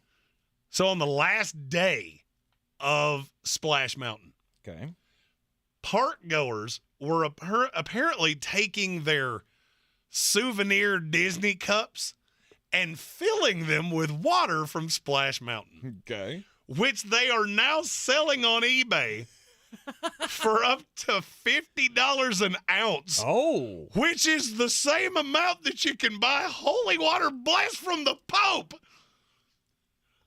I mean, okay, like, I get it. You grew up with the mouse. You're big on the mouse. I get it. If you're spending $50 an ounce for Splash Mountain water, my wife is a financial advisor, and she would love to sit down with you and talk to you about how you're spending your money.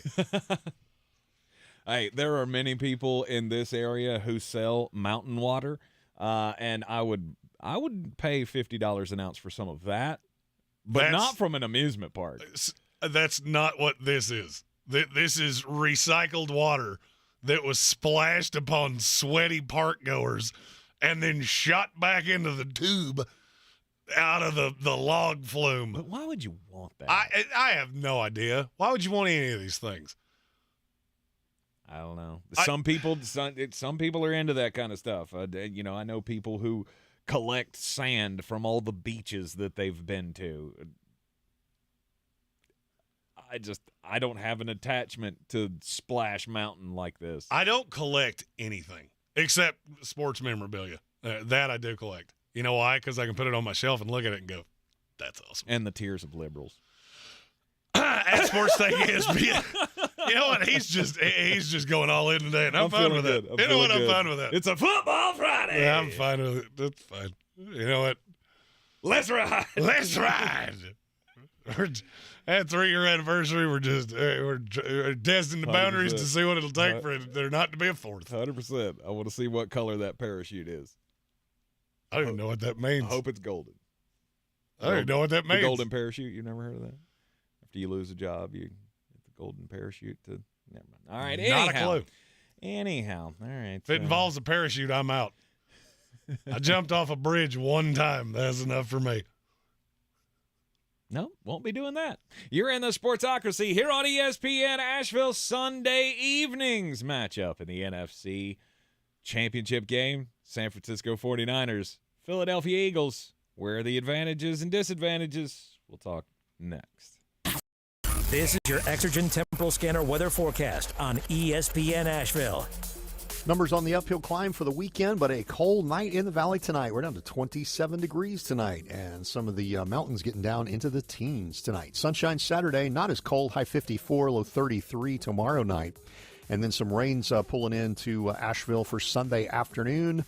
Some 1/10 of an inch, 1/4 of an inch rains, high 51 degrees. I'm meteorologist Scott Lauriamore. That's the latest Weather Channel forecast. This is your time saver traffic on the new ESPN Asheville. Traffic slowing 240 westbound between Charlotte Street and Montford Avenue. 26 westbound slow between Airport Road and the Blue Ridge Parkway.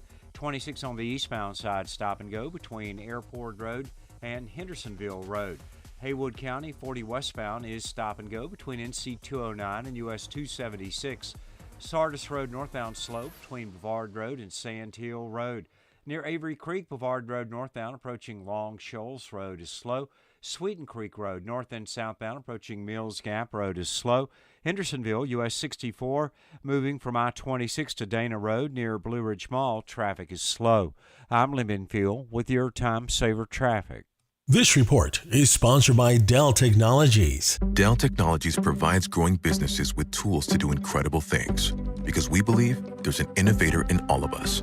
For advice on smart PCs powered by Intel V Pro that's built for business, call a Dell Technologies advisor at 877-ASK-DELL.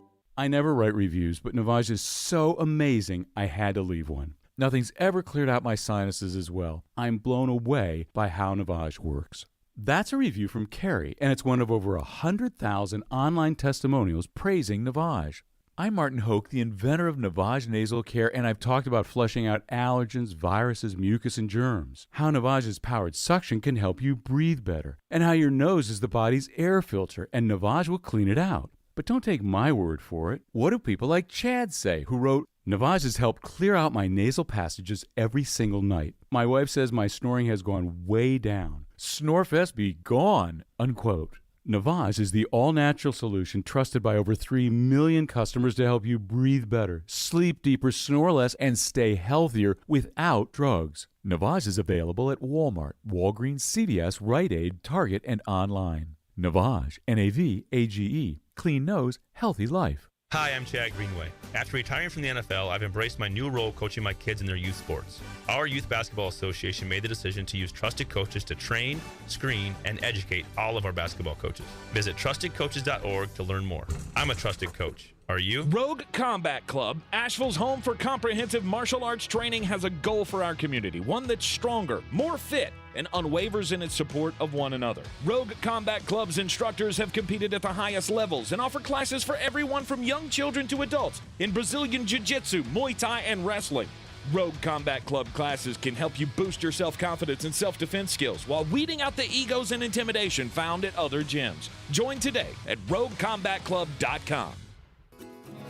Welcome to Harvest Farms, where the best organic or natural products are waiting for you, where the fields are filled with flavorful delights, and every bite is backed with the highest quality and attention.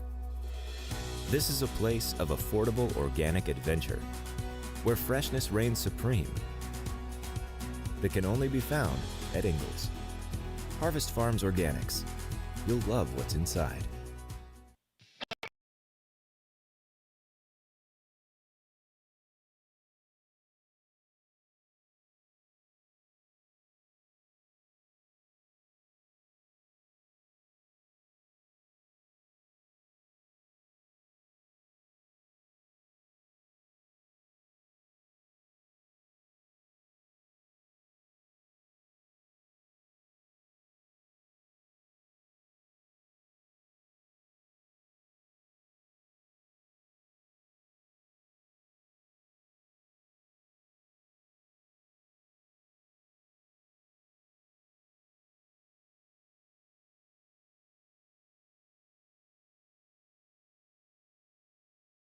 Well, there it is. There it is. Little delay on the button there.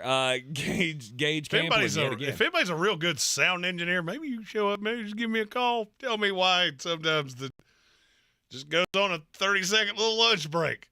Gage Camplin again with the super chat on the YouTube channel. What is the biggest mismatch in the Eagles 49ers game?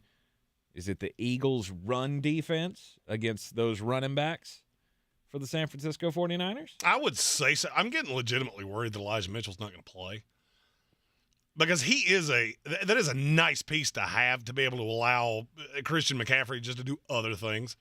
I referenced that article on ESPN.com earlier of what it was that San Francisco saw. I mean, they've been in love with McCaffrey since he came out. And it's not because he's such an elite running back. It's because he's such an elite weapon. And having Elijah Mitchell allows you to use him in some different ways. Now, if there's no Elijah Mitchell, I don't love that. I mean, you still got McCaffrey, and that means more of the workload is going to be on him. Mm-hmm. But I would say so. There's not a lot of mismatches in this game, which is why the over-under just blows my mind. The more I look at 46, the more I go, what am I missing here? How in the world do you think they're going to score this many points? Final score of the game. 20-17. 20-17. Okay.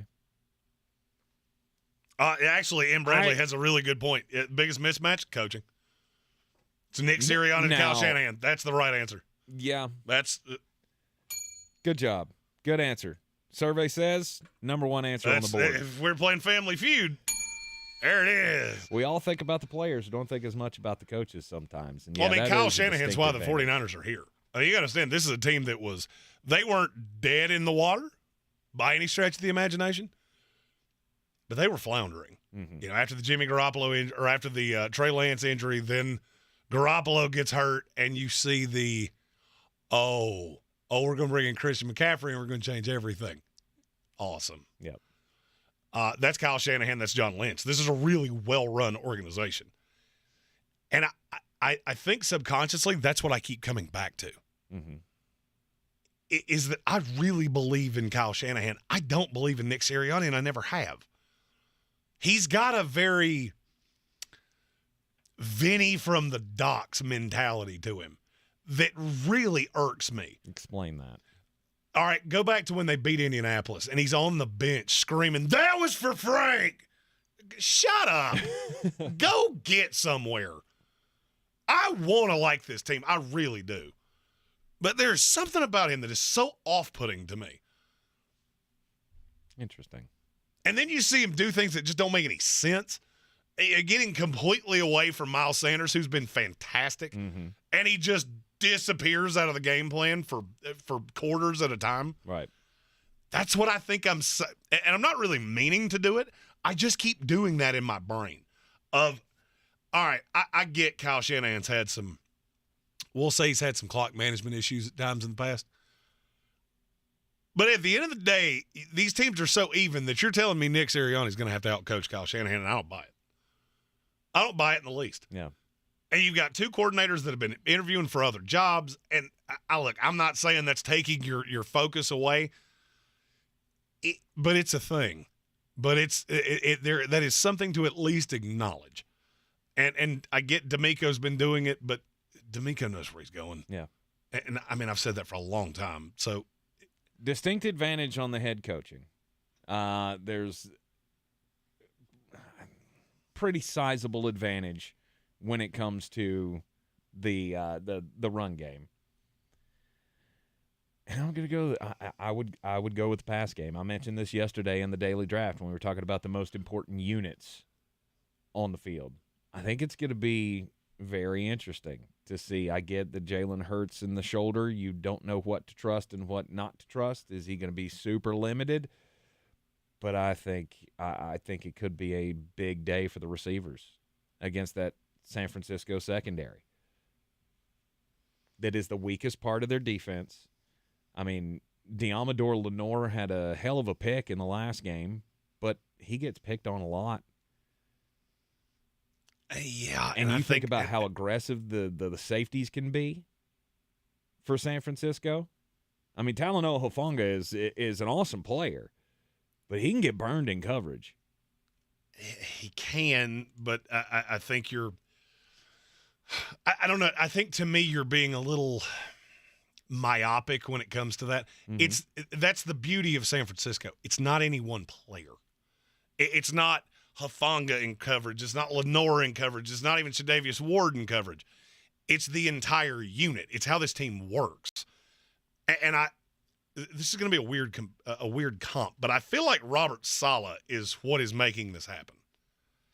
Because he adds 2 high-level corners, and the defense was good, but it wasn't great. Mm-hmm. More because of the offense, but now people feel like you need a Sauce Gardner. This defense has worked for a long time, and the best corner it's ever had is Richard Sherman.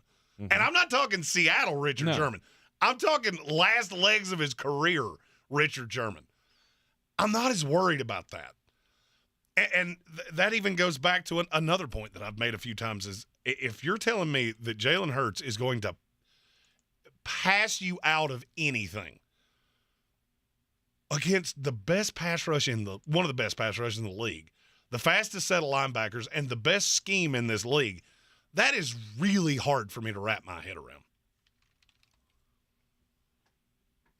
Yeah.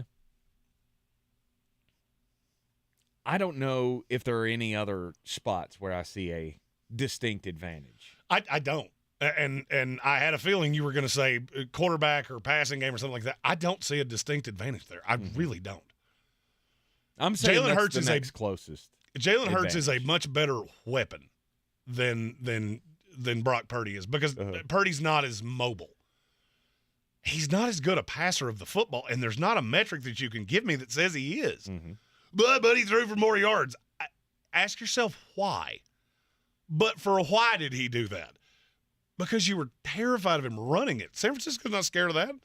You want to trot him out here to run 15 times? Great. That's 15 shots I get to absolutely annihilate him. Mm-hmm. And I don't see that as the advantage that everybody else does. No. That's why that number makes so little sense to me. Yeah. Because I don't love either of the quarterbacks in this game. I don't think either one of them is going to be what wins it for you. I don't think either one of them is going to be what loses it for you. Which one of you can avoid making mistakes? If you tell me either one of these teams turns the ball over twice, you're probably done. Mm-hmm. You're probably done. I could see that because it's so even across the board.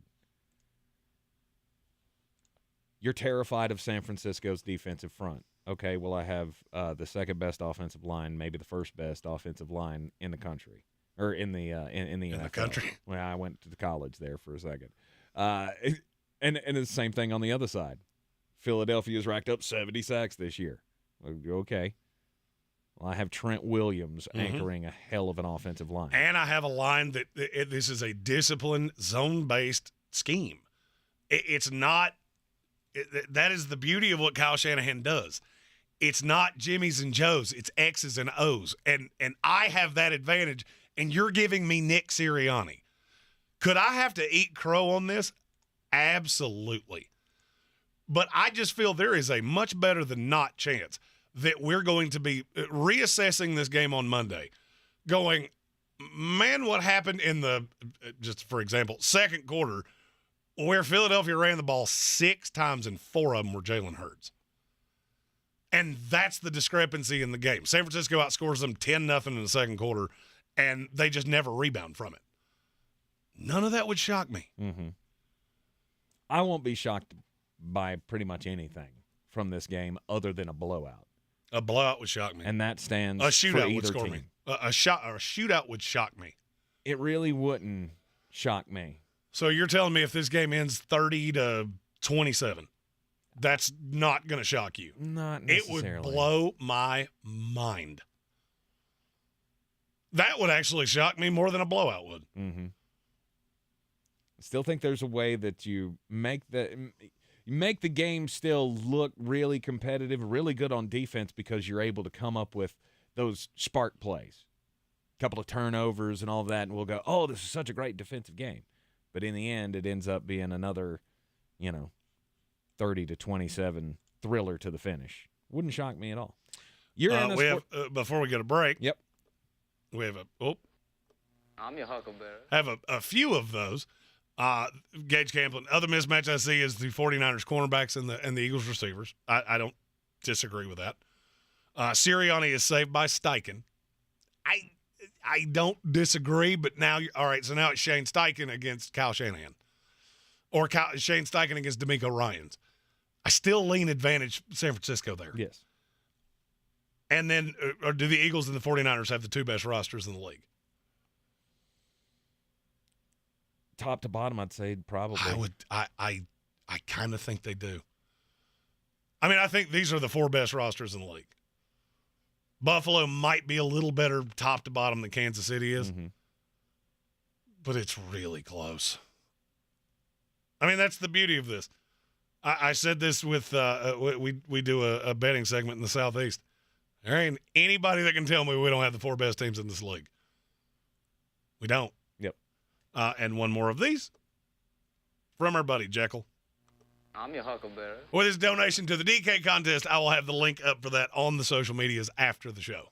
Excellent. Yes. DFS. I actually, and I'm not going to lie, I completely forgot about it. I'm really glad you said that because it had completely slipped my mind. DFS competition once again this week for some swag from the merch store. So Matthew Hoffman, our winner last week, and we will have another winner this week. Indeed. We'll also have our official picks of the game. Well, Jeremy's official picks coming up after the break right here on ESPN Asheville, 92.9 FM, 880 AM, and 1400. When we come back, it'll be time for Bangers. This is your favorite traffic on the new ESPN Asheville. Traffic slowing 240 westbound between Charlotte Street and Montford Avenue. 26 westbound slowing approaching Airport Road to the Blue Ridge Parkway. 40 westbound near George's Branch Road. Traffic is slowing. Sweeten Creek Road, north and southbound, approaching Mills Gap Road is slow. Hendersonville Road, northbound, slow, approaching Long Shoals Road. In Avery Creek, Boulevard Road, northbound, approaching Long Shoals Road is slow. In Hendersonville, US 64, moving from I-26 to Dana Road near Blue Ridge Mall, traffic is slow. I'm Lyndon Fuel with your Time Saver Traffic. This report is sponsored by Staples Stores. Staples Print and Marketing is committed to quality and printing perfect every time. Now at Staples, get $10 off your document printing and marketing materials order of $50 or more. Offer ends 2/25. See staples.com/store/printbig for details. Try Staples and see the difference. If you like burritos, which you do because everyone does, you should try Taco Bell's Chipotle Ranch and Salsa Verde grilled chicken burritos. These masterpieces start with a warm flour tortilla that we stuff with grilled chicken. But the real stars here are the bold sauces, Chipotle Ranch or Salsa Verde. In fact, the chicken is the stage upon which these sauces shine. Like this mic is a stage for me to spotlight my theatrical range. 2 chicken burritos, 2 bold flavors, $2 each. Order on the Taco Bell app.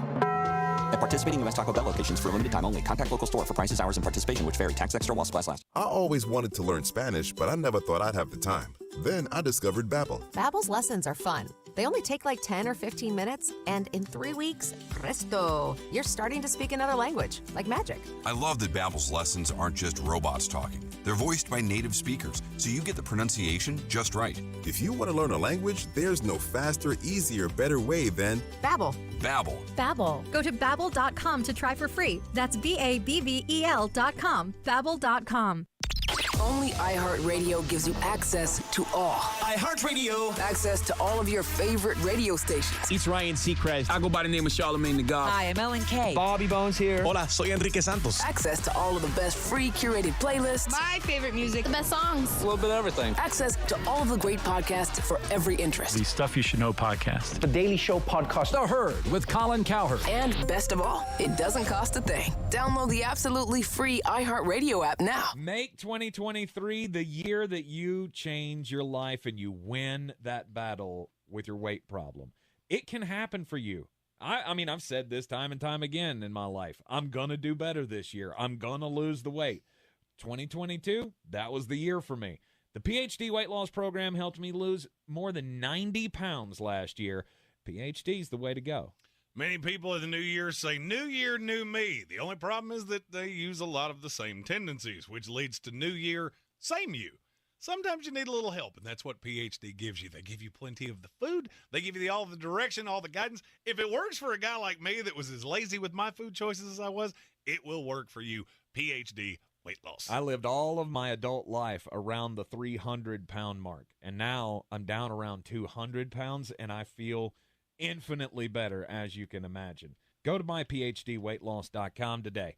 It's myphdweightloss.com. Did you know Ingles only sells USDA Choice and Prime cuts of meat? Our butchers cut all our meat fresh in the store every day. We'll even cut it to order just the way you like it. It's all in the bag.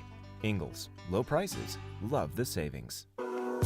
Coffee still closes on. Get them the money. Then when you get the money, you get the power. That watch costs more than your car. Then when you get the power, then you get the woman. 2-2-1 last night, and I maintain that would have been better if Luka Doncic didn't get hurt in the first quarter. But now we're back to my specialty, and that's conference playoff football. This is Green on Green, brought to you by Ingles Markets. Low prices, love the savings. We got 2 games left in the NFL, which brings about a great sadness for me, but also brings about a great way to make the monies. First, the San Francisco 49ers are a 2.5-point dog at Philadelphia. Over-under is 46. I have said all week long, the over-unders on these 2 games don't make any sense to me because they're really close. And none of this lends me to believe that these 2 games are going to go the same way. I think San Francisco-Philadelphia is more of a defensive shootout. Brock Purdy, just don't turn the ball over. Can Jalen Hurts actually lead me to victory if I'm the Philadelphia Eagles? I don't think he can. I'm taking the San Francisco 49ers plus the 2.5, under the 46. I think San Francisco wins outright, so I would take them in the money line. If you're looking for a fun little prop bet, first touchdown scorer in this game, Christian McCaffrey plus 450. That is what San Francisco is going to try to get going to have an advantage over Philadelphia. They are the better of the 2 running teams from the running back position.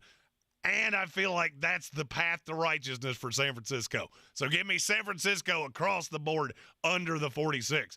In the later game, the Cincinnati Bengals are a 1-point dog at Burrowhead with the Kansas City Chiefs. I felt all week long that this is a Kansas City lean and this is where you should be. And then I heard the Burrowhead thing. And now I feel like you have poked a sleeping bear here with the Kansas City Chiefs. We all want to see Cincinnati and San Francisco. That's been universally every poll taken, the matchup we want to see. And you know what that means? It means it's probably not what you're going to get. So I'm taking Kansas City minus the 1, aggressively over the 47.5. I could see you hitting this by the end of the third quarter. This could be a track meet. I think this is going to be an outrageously fun game.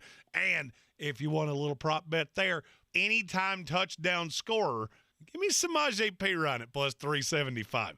That's one of those that gives you a little value and maybe a little overhead. And I do think he's going to play a lot in this game. For more, including our live stream of these conference games, live reactions, all the things, follow us on all the social medias at The Sportsocracy. And as always, Green on Green is brought to you by Ingles Markets. Love the savings with Ingles. Love the winnings with me. Mull it out. Go and do likewise, gents. The money's out there. You pick it up, it's yours. You don't, I got no sympathy for you. This is your Exergen Temporal Scanner weather forecast on ESPN Asheville. Numbers on the uphill climb for the weekend, but a cold night in the valley tonight. We're down to 27 degrees tonight, and some of the mountains getting down into the teens tonight. Sunshine Saturday, not as cold, high 54, low 33 tomorrow night. And then some rains pulling into Asheville for Sunday afternoon. Some 1/10 of an inch, 1/4 of an inch rains, high 51 degrees. I'm meteorologist Scott Lauriamore. That's the latest Weather Channel forecast. This is your time saver traffic on the new ESPN Asheville. Traffic slowing 240 westbound between Charlotte Street and Montford Avenue. 26 westbound slowing approaching Airport Road to the Blue Ridge Parkway. 40 westbound near Georges Branch Road. Traffic is slowing. Sweeten Creek Road north and southbound approaching Mills Gap Road is slow. Hendersonville Road northbound slow approaching Long Shoals Road. In Avery Creek, Boulevard Road northbound approaching Long Shoals Road is slow. In Hendersonville, US 64, moving from I-26 to Dana Road near Blue Ridge Mall, traffic is slow. I'm Lyndon Fuel with your Time Saver Traffic.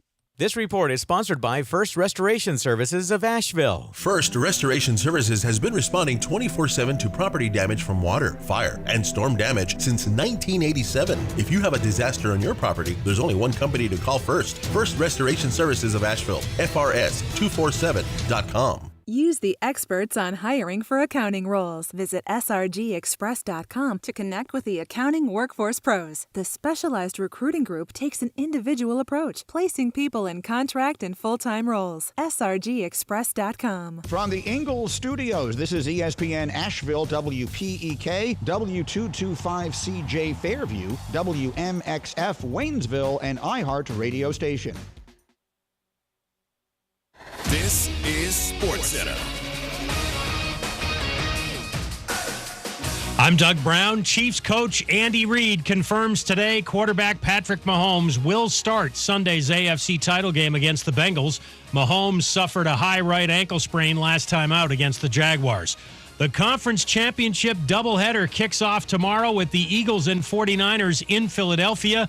ESPN's Harry Douglas says the Niners will likely use shifts and motion trying to confuse the Eagles' defense. He can probably run that same motion 3 or 4 times, and, the defense may get lazy at times and say, okay, he's just going in motion. And the next thing you know, boom, Brock Purdy has handed the ball off to one of his weapons, and now they're going around the edge. Harry Douglas on Fitz and Harry. ESPN's Adam Schefter reports Giants defensive coordinator Wink Martindale will get a second interview this weekend for the Colts head coaching job. ESPN has learned Luka Doncic of the Mavericks will likely be day-to-day with a mild left ankle sprain. He got hurt during Thursday night's game against the Suns. And coverage of the Australian Open Women's Final starts at 3:30 a.m. Eastern on ESPN. Coming up Monday, we'll recap everything from Championship Sunday. Plus, I'll tell you why one record that's about to be broken will never be reached again. Keyshawn, J. Will, and Max, Monday morning at 6 a.m. Eastern on ESPN Radio, E2, and ESPNU. Now, your chance to win $1,000. Just enter this nationwide keyword on our website, PAY. That's PAY. Enter it now. Log on now to ESPNAVL.com. And good luck from ESPN Asheville. He's a degenerate gambler. You are a smelly pirate hooker. And he's cheaper than oxygen. He's useless. But somehow, they make it work. Jeremy Greene, Tank Spencer. There's no holding back in the sportsocracy. Presented by Ingles Supermarkets and Fred Anderson Nissan of Asheville.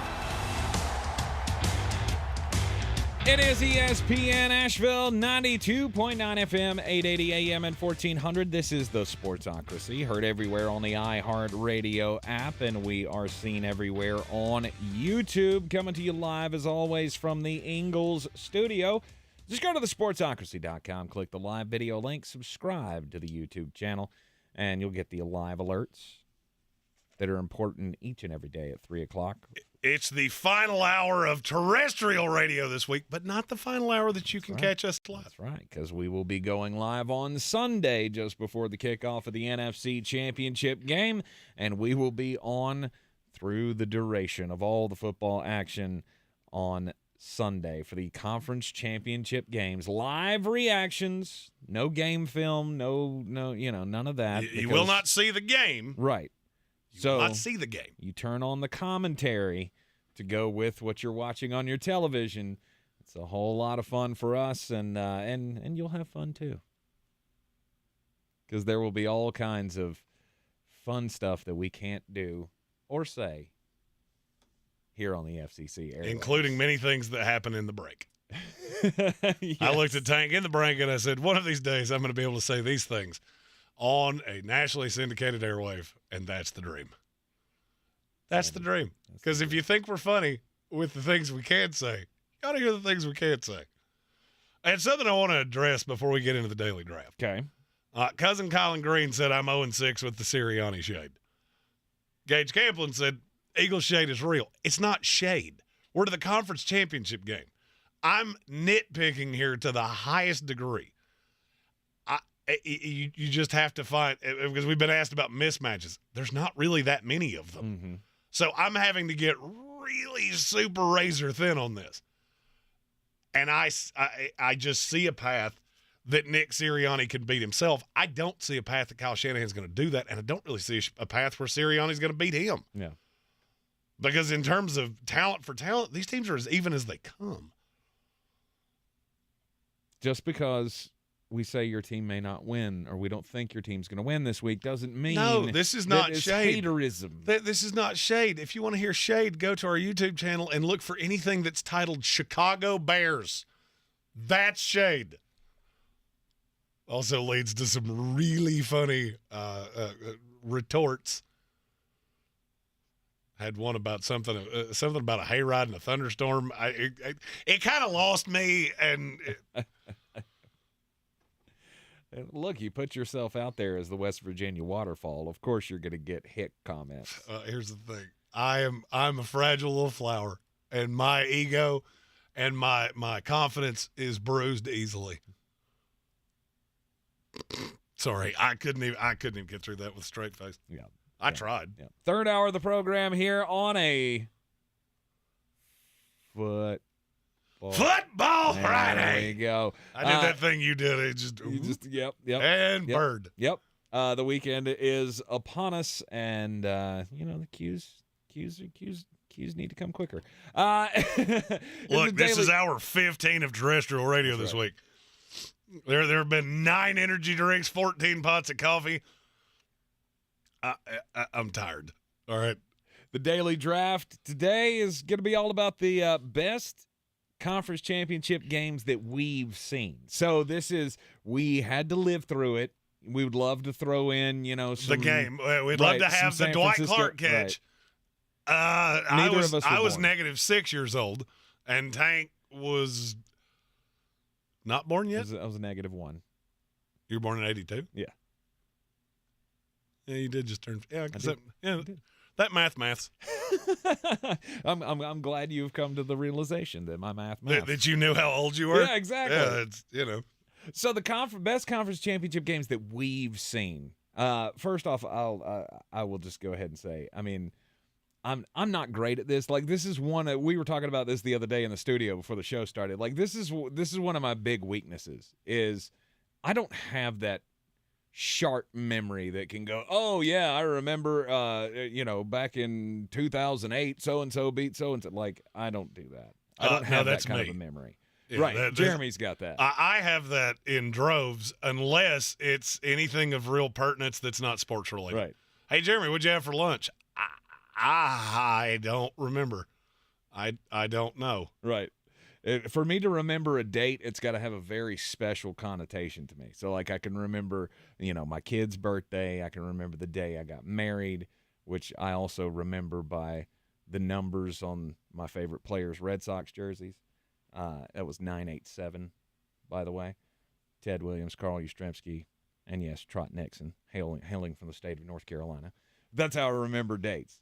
January 26th, 2003. It's a great day. 20 years ago yesterday, the Tampa Bay Buccaneers won their first Super Bowl. And the only reason I remember that date is because it's the same date on the calendar that the Chicago Bears won the title back in 86. Because Chris Farley taught us January 26, 1986, the day the Bears won the Super Bowl. The Bears.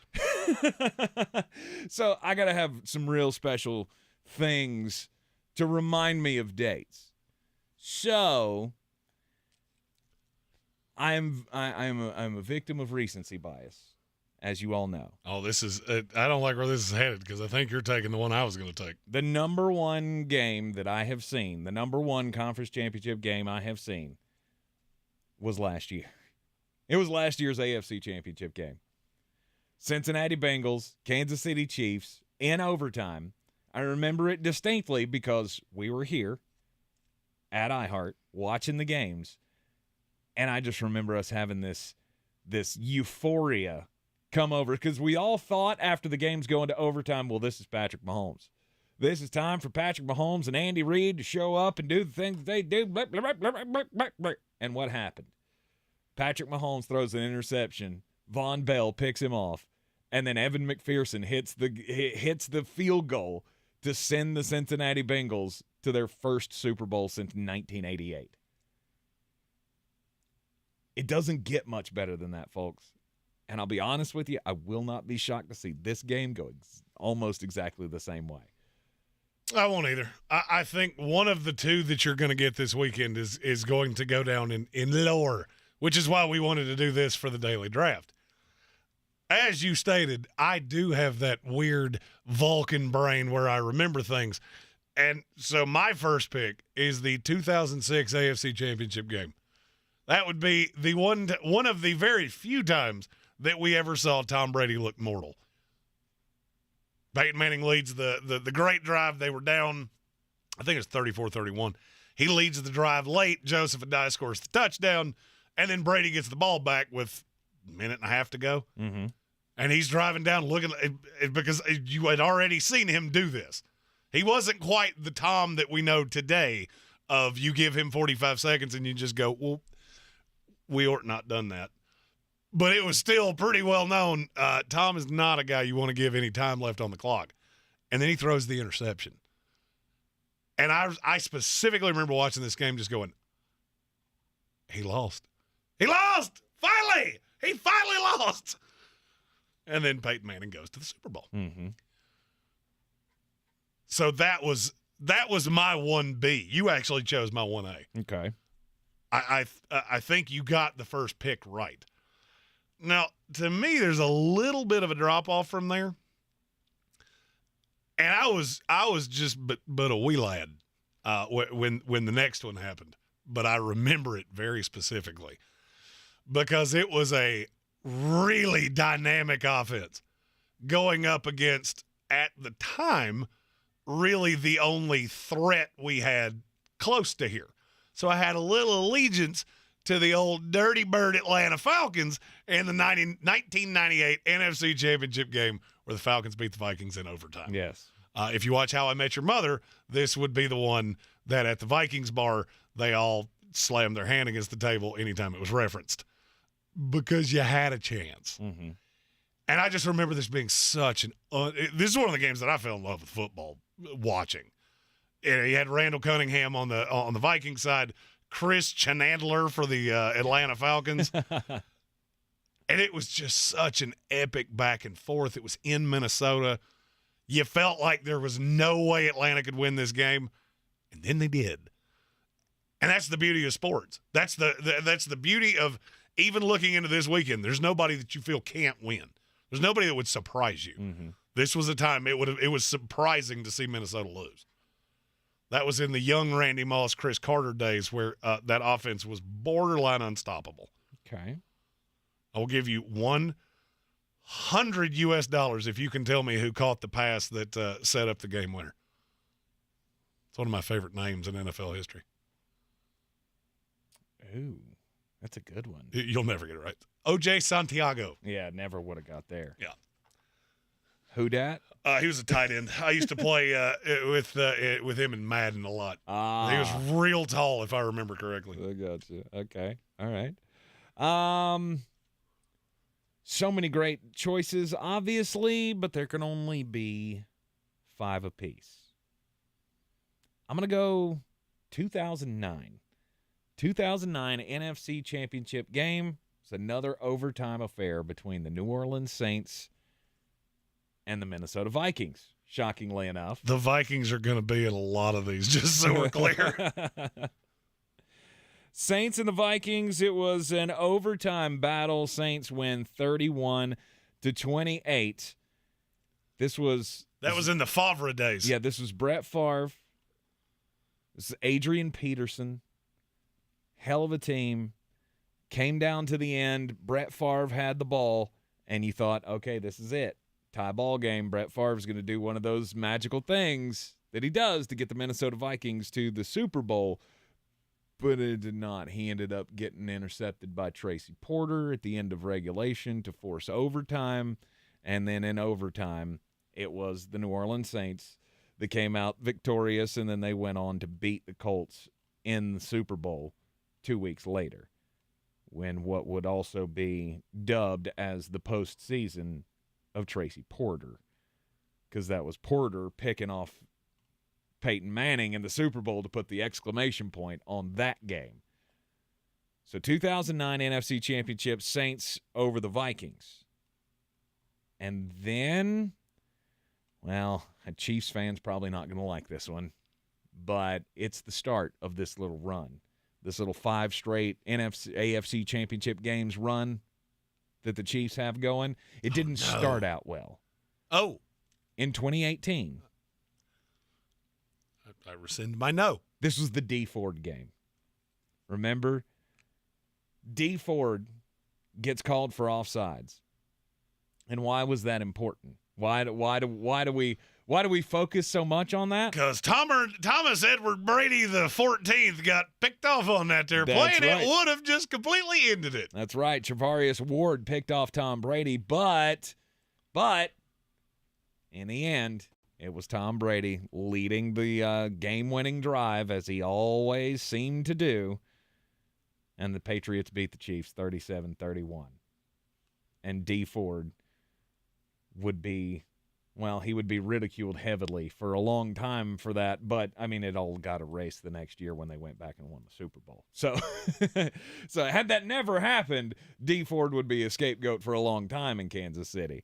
But thankfully, he's on a hell of a team with a hell of a coach that just keeps getting back there over and over and over again. It's a formidable choice. And it's time for a commercial break. Hey, it's weird how that happens every single day. It's almost like I got a clock in front of me that tells me when it's going to happen. You're in the Sportsocracy here on ESPN Asheville Daily Draft. Best NFC Championship games we've ever seen. You can weigh in on the YouTube channel as well with your favorite conference championship games of all time. We'll be back here in the Sportsocracy. This is for traffic on the new ESPN Asheville. Driving slow, 240 westbound between Charlotte Street and Montford Avenue, 26 westbound stop and go between Airport Road and the Blue Ridge Parkway. Haywood County, 40 westbound crawling between NC 209 and US 276. Sweeten Creek Road northbound approaching Mills Gap Road is slow. Hendersonville Road moving incident-free. Near Avery Creek, Bavard Road north and southbound near Long Shoals Road is slow. Smoky Park Highway northbound approaching Sand Hill Road slow. I'm Lyndon Field with your Time Saver traffic.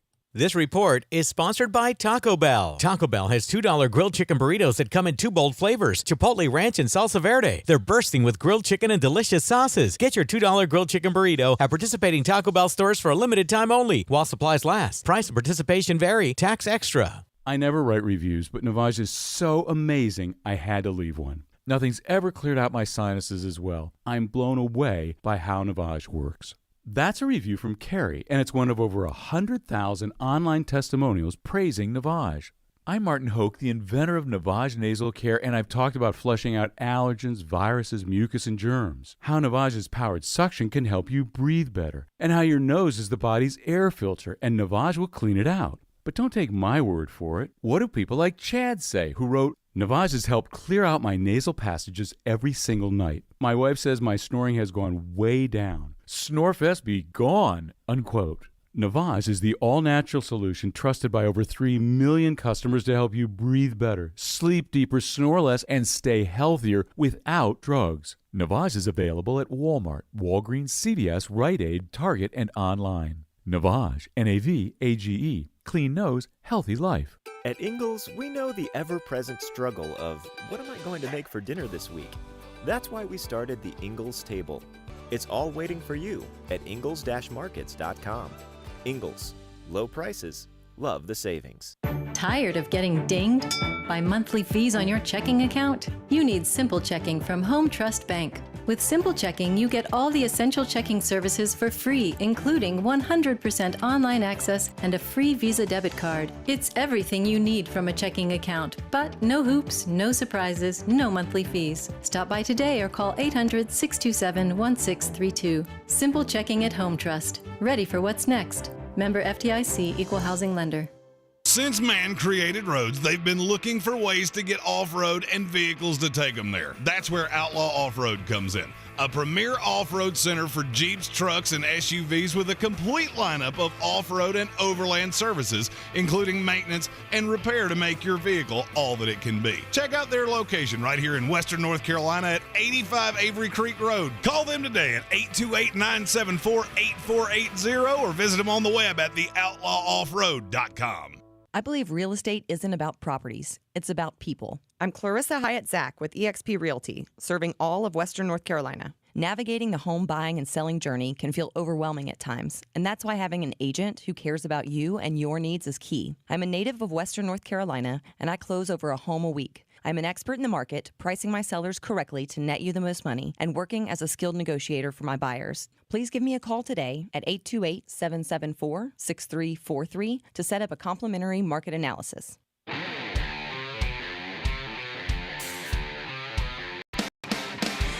Welcome back in Ingles Studio on ESPN Asheville. This is the Sports Odyssey, and we're in the midst of daily draft. With it being Conference Championship weekend, we are drafting the best Conference Championship games that we have ever seen. First pick belonged to me. I went AFC Championship game from last year, Bengals over the Chiefs. Usually I would say way to really lay out for that one, except that's what I was planning on taking. Jeremy then went Colts-Pats from, when was that? 06. From 06. Falcons-Vikings from 1998. The legendary Gary Anderson game. Then I followed that up with Saints and the Vikings from the year that the Saints eventually went on to win the Super Bowl.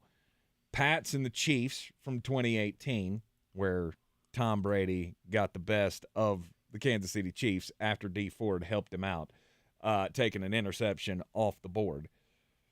And then that means it's my turn. Uh-huh.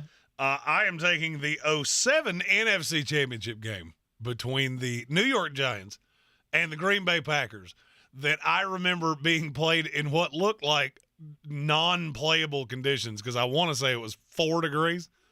It was outrageously cold. Plaxico Burress had a huge game, and that was the last game of Brett Favre with the Green Bay Packers. Mm-hmm. I don't know why, but other than the year he was a Jet, I absolutely despised Brett Favre. Which is weird. I would think that you would. Why? Like that guy. Why? Because he's Wranglers and pretty much. Yeah. Am I that guy? Do I strike you as I go out and I tend the cattle with my Wrangler jeans on? That what part of that's making you think me? Okay. Yeah, that whole persona just irked the sin out of me, and then he became a Jet. I've always thought it was funny that you said that would happen with Tom Brady. Mm-hmm.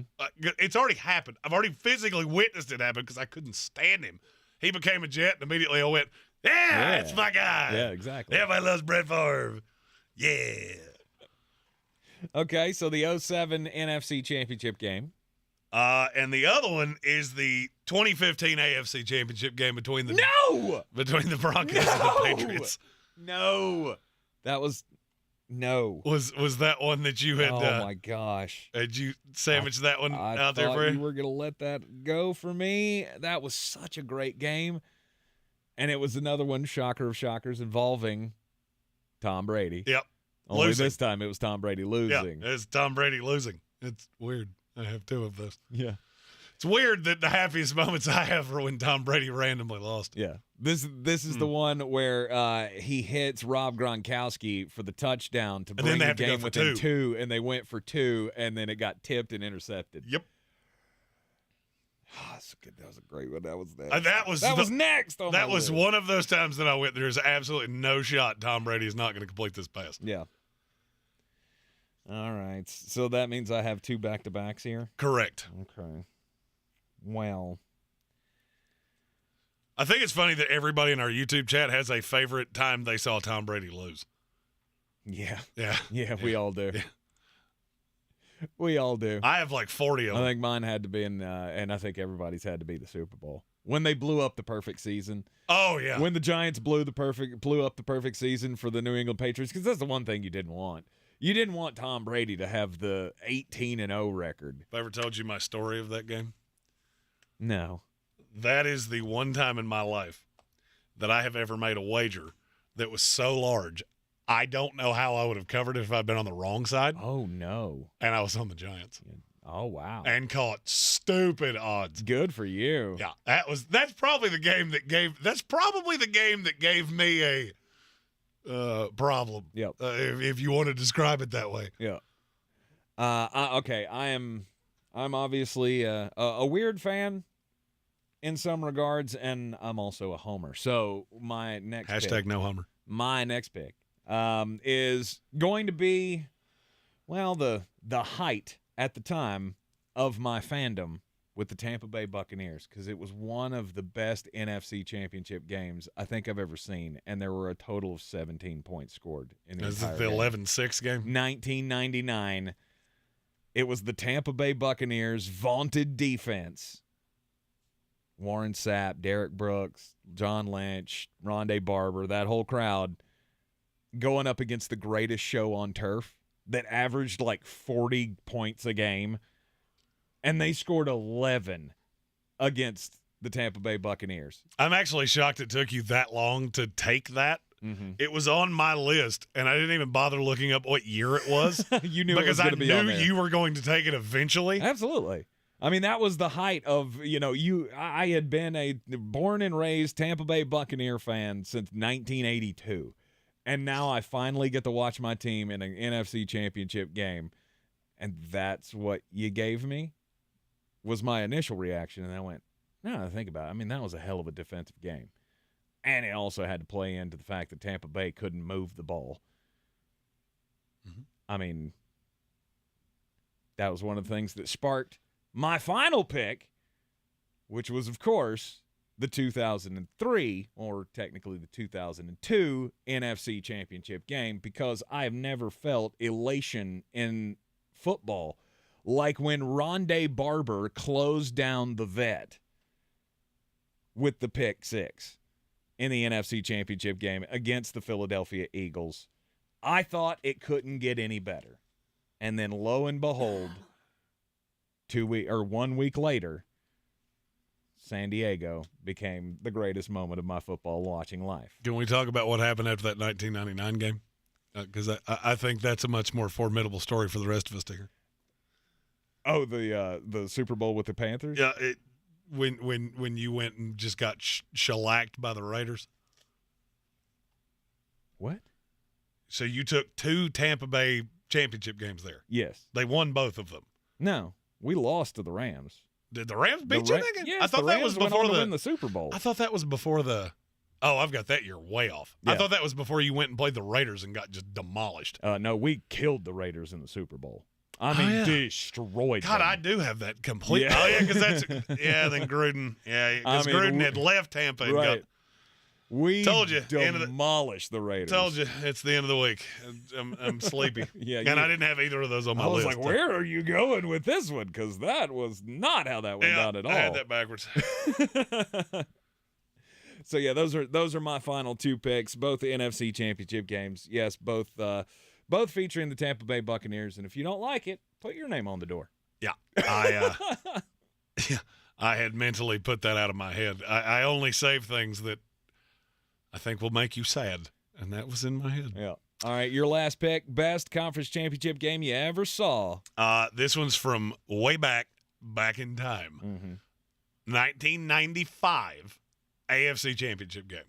Indianapolis Colts, Pittsburgh Steelers. Steelers win it. You almost had one of the greatest plays in NFL history. The game was great, period. But there was just a little receiver for the Indianapolis Colts. His name was Aaron Bailey. I can't remember how long this pass was. I want to say it was like 35 yards. Okay. Last play of the game, Jim Harbaugh drops back. I want to say there were 5-10 seconds left. He drops back, clock hits zeros. He absolutely buttons Aaron Bailey. It hit him in the chest and bounced off his chest protector. This would have been one of those plays that you have seen 25,000 times. Right. Nobody remembers this, but I do. And it hit him directly between the numbers, and he dropped it. Yeesh. I will never forget that. Namely because my father laughed aggressively. All right, there you have it. Our favorite conference championship games that we have seen. We realize there have been some great ones in the history of the NFL, but we haven't been around for all of them. Yeah, I can't. I can't give you anything on 1981. I wasn't around for that. Mm-hmm. Stephen Tao asked in the comments, Tank, how did you become a Bucs fan? I know I've told this story before, but my grandfather has lived in Tampa Bay since the early 70s, and when they got a team, my dad and my uncle, they didn't have a team. They lived here in Asheville. He had now moved to Tampa, and so they adopted Dad's team and became Tampa Bay Buccaneers fans because everybody around here was Falcons or Redskins, and they wanted to be different. So At the time, which has now been changed. Yeah, so now they decided that they were going to adopt a team that nobody else was a fan of around here. So they had Dad's team. And I became a Jets fan because I watched my father go through just all the sadness as a child. Pure hell. And went, that looks like fun. And I went, something about anger makes me happy. And so I need a reason to be angry. And that team seems to give me one on just a weekly basis. So let's do that. Mm-hmm. And no, Jekyll, it was not because Tom Brady became a Buck. Yeah, but I will say you became much louder about your fandom with Tom Brady. Well, yeah. You became much then more. I had a team that was actually a favorite to win something for the first time in 20 years. You had never been insufferable, Tank Spencer. That was born out of the Tom Brady move. Yeah. And will die with the Tom Brady exit. Wah, wah. Does it make you sad to not be playing this weekend? Or are you just relieved that it's over? I'm relieved it's over. Yeah, you should be. I'm relieved it's over, and I'm ready for the next chapter of suckitude to begin. And that really takes us to a great life lesson. Don't be sad that it's ended. Just be happy that it happened. This is your Exergen Temporal Scanner weather forecast on ESPN Asheville. Numbers on the uphill climb for the weekend, but a cold night in the valley tonight. We're down to 27 degrees tonight, and some of the mountains getting down into the teens tonight. Sunshine Saturday, not as cold, high 54, low 33 tomorrow night. And then some rains pulling into Asheville for Sunday afternoon. Some 1/10 of an inch, 1/4 of an inch rains, high 51 degrees. I'm meteorologist Scott Lauriamore. That's the latest Weather Channel forecast. This is your time saver traffic on the new ESPN Asheville. Driving slow, 240 westbound between Charlotte Street and Montford Avenue. 26 westbound slow between Airport Road and the Blue Ridge Parkway. 40 westbound slow between the Smoky Park Highway and George's Branch Road. 40 westbound in Haywood County, then crawling between NC 209 and US 276. Smoky Park Highway northbound approaching Sand Hill Road is slow. Near Avery Creek Boulevard Road northbound approaching Long Shoals Road slow. Sweeten Creek Road north and southbound backing up approaching Mills Gap Road. I'm Lyndon Field with your time saver traffic. This report is sponsored by Taco Bell. Taco Bell has $2 grilled chicken burritos that come in 2 bold flavors, Chipotle Ranch and Salsa Verde. They're bursting with grilled chicken and delicious sauces. Get your $2 grilled chicken burrito at participating Taco Bell stores for a limited time only while supplies last. Price and participation vary. Tax extra. All the radio stations you love, every playlist to match your mood, the podcasts that everyone's talking about. If it's on the iHeartRadio app, it's free. Download the free iHeartRadio app for all your music, radio, and podcasts. iHeartRadio. Confession. I'm a hopeless romantic, and I love a deal. I just went to Kohl's and earned Kohl's Cash, plus got an extra 15% off already great deals, like 60% off a necklace for my mom and 40% off PJs for my daughter. Not to mention, I found myself a fragrance set from Sephora at Kohl's for less than $50. With more gifts and more savings, what's not to love? Select styles. Offers end January 29th. Sephora coupons and Kohl's Cash do not apply. See store or Kohl's.com for details.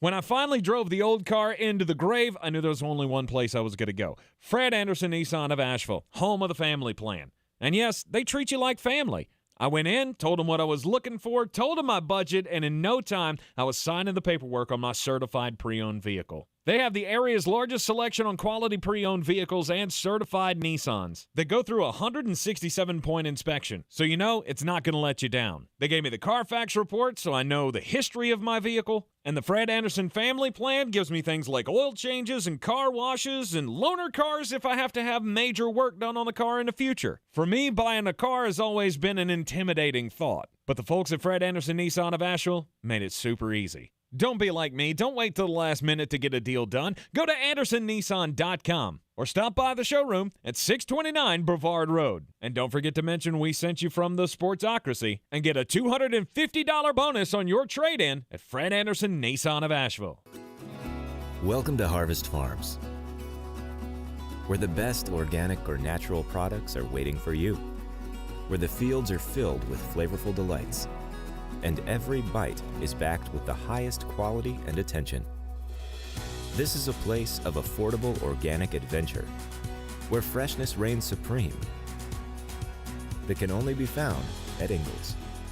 Harvest Farms Organics. You'll love what's inside.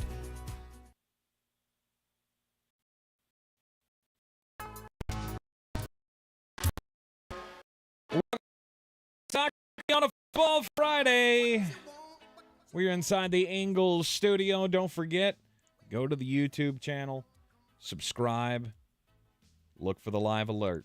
Sunday afternoon, we will begin the marathon broadcast of the live reactions, all of the libations, and of course, many, many, many laughs through the NFC and the AFC championship games, exclusively seen on YouTube. It's time for the most important message of the day, Jeremy, and that is always... Don't do crimes! That's right. And, what do you do when you can't get the police to take you seriously? You have to make a statement, right? No. That is a horrible take. Don't do that. You have to make a statement, apparently. Well, that is apparently what Nathan David Chacon believed, because over the last few years, he's had an interesting relationship with the Grand Junction Police Department in Colorado. The police say that over the last few years, there have been at least 90 calls for service involving Chacon, and it always ended up being where he would call the cops and he would report, as they say, quote, strange happenings that have been unfounded. You can just imagine some of the things that maybe have been imparted to the cops. These weird conspiracy theories. He's borrowed Jeremy's tinfoil hat a little too many times, maybe. Does he know that birds aren't real? Do what? Does he know that birds aren't real? I'm sure he does. I'm sure. He sounds like he completely lives in a tinfoil house somewhere. Birds aren't real. The cops said that he had showed there was a pattern that Nathan was becoming frustrated with deputies as he would call, and then he would hang up on them, and then he'd call back, and he'd cuss them all out for not listening to him. Weird. So he thought he needed to get their attention, and that is when he did crimes. Because the other morning, or well, I guess the other afternoon, it was shortly after lunchtime, around 12:30 p.m., where 45-year-old Nathan David Chacon purposefully drove his silver 2007 Chevy Silverado into the lobby of the police department. Yeah, don't do that. I mean, seriously? I don't care what kind of conspiracy theory you've been cooking up in your own brain, but at what point did you think that was going to be a good idea? I'll show them. What? How to get a one-way ticket to the Slammer? You didn't really think this through, did you? I often say that it's ironic that we do not talk about our stories before we do this, and yet they seem to have a very similar tenor. Last week, there was a story of an alligator found in below freezing temperatures in Neptune, New Jersey. It was a 3-foot-long alligator. It was in one of those plastic Tupperware containers, and a resident named Angel Rosario called police to tell them that this thing had been found. She didn't want to deal with it because she didn't want to, try to lift the thing and get the thing out of the cold, but she needed somebody to come get it because she had found this alligator that had been left out in the cold. Well, an update to this story came yesterday. Turns out that Miss Rosario is the one that left it there. Apparently, her child had procured this alligator somehow and was keeping it in the container in their apartment. Okay. Well, they found out. Obviously, you can't have a 3-foot-long alligator in a New Jersey apartment building. So they told the kid he had to get rid of it. Well, he said, I don't know how to get rid of it. So they conspired this idea that they were going to leave it on the side of the road and call the cops to have them deal with it. Needless to say, that's crimes. Not allowed to do that. There was no arrest, but there is going to be a hefty fine, and they will have their day in court. No date set yet as to what I can see, but the alligator has been rehomed thanks to the New Jersey Department of Fish and Wildlife. Rehomed. I hope he was sent to somewhere that they're not going to leave him on the side of the road. I was going to say that is at least more conducive to the living of a reptile. Yeah, well, I mean, not in freezing cold New Jersey. Right. That's not really a place that an alligator should be. Well, definitely not living in your bathtub or wherever the hell the kid was keeping it. But they are all three facing charges for falsifying a police report. Mm-hmm. And this would be a great time to say, be nice to your local authorities. They do a lot of things, and, we're not going to delve into this, but Asheville Police Chief Zack, obviously a very good friend of ours. We are great supporters of the police department here, whether it's the police or the sheriff's department. Just make good decisions. Be nice to your local law enforcement. Just, take that for what it's worth. Yeah, absolutely. You are in the Sportsocracy here on ESPN Asheville. In the last year, the Sportsocracy has taken a big change. We have lost a lot of weight with the PhD weight loss program. I myself have lost 90 pounds following the plan from Dr. Ashley Lucas. It has given me the best results I've ever seen from any type of a diet program I've ever tried. And believe me, I've tried them all. I've been somebody that has been held prisoner by my weight my entire life. And I never thought there was a way out until PhD. I have not tried many weight loss programs because I never really had that much of a problem. I was an athletic guy. I did a lot of different things. But as I got into my 30s, I realized if you stop doing athletic things, you can't continue to eat like you did when you did. And that had left me a little chunky. I was having sleep issues, knee issues, back pain, a lot of things that were hindering daily events. In just over a year on this program, I'm back to my high school weight, and it's thanks to the plan and program of PhD Weight Loss. Jeremy has taken to calling me formerly Fat Tank Spencer, and, I feel like that's the best nickname I've ever gotten. If you want to be the formerly fat, insert your name here, all you got to do is go to myphdweightloss.com, myphdweightloss.com. They'll give you great results. PhD Weight Loss and Nutrition, they are the official partner of the Clemson Tigers. NFC, AFC championship games this weekend. We know that everybody's going to play. I have not been shocked by any of the news that has come out of Christian McCaffrey saying, no chance I don't play. Patrick Mahomes, obviously he's going to play. Unfortunately, I guess the biggest injury designations for this game are on the Cincinnati Bengals offensive line.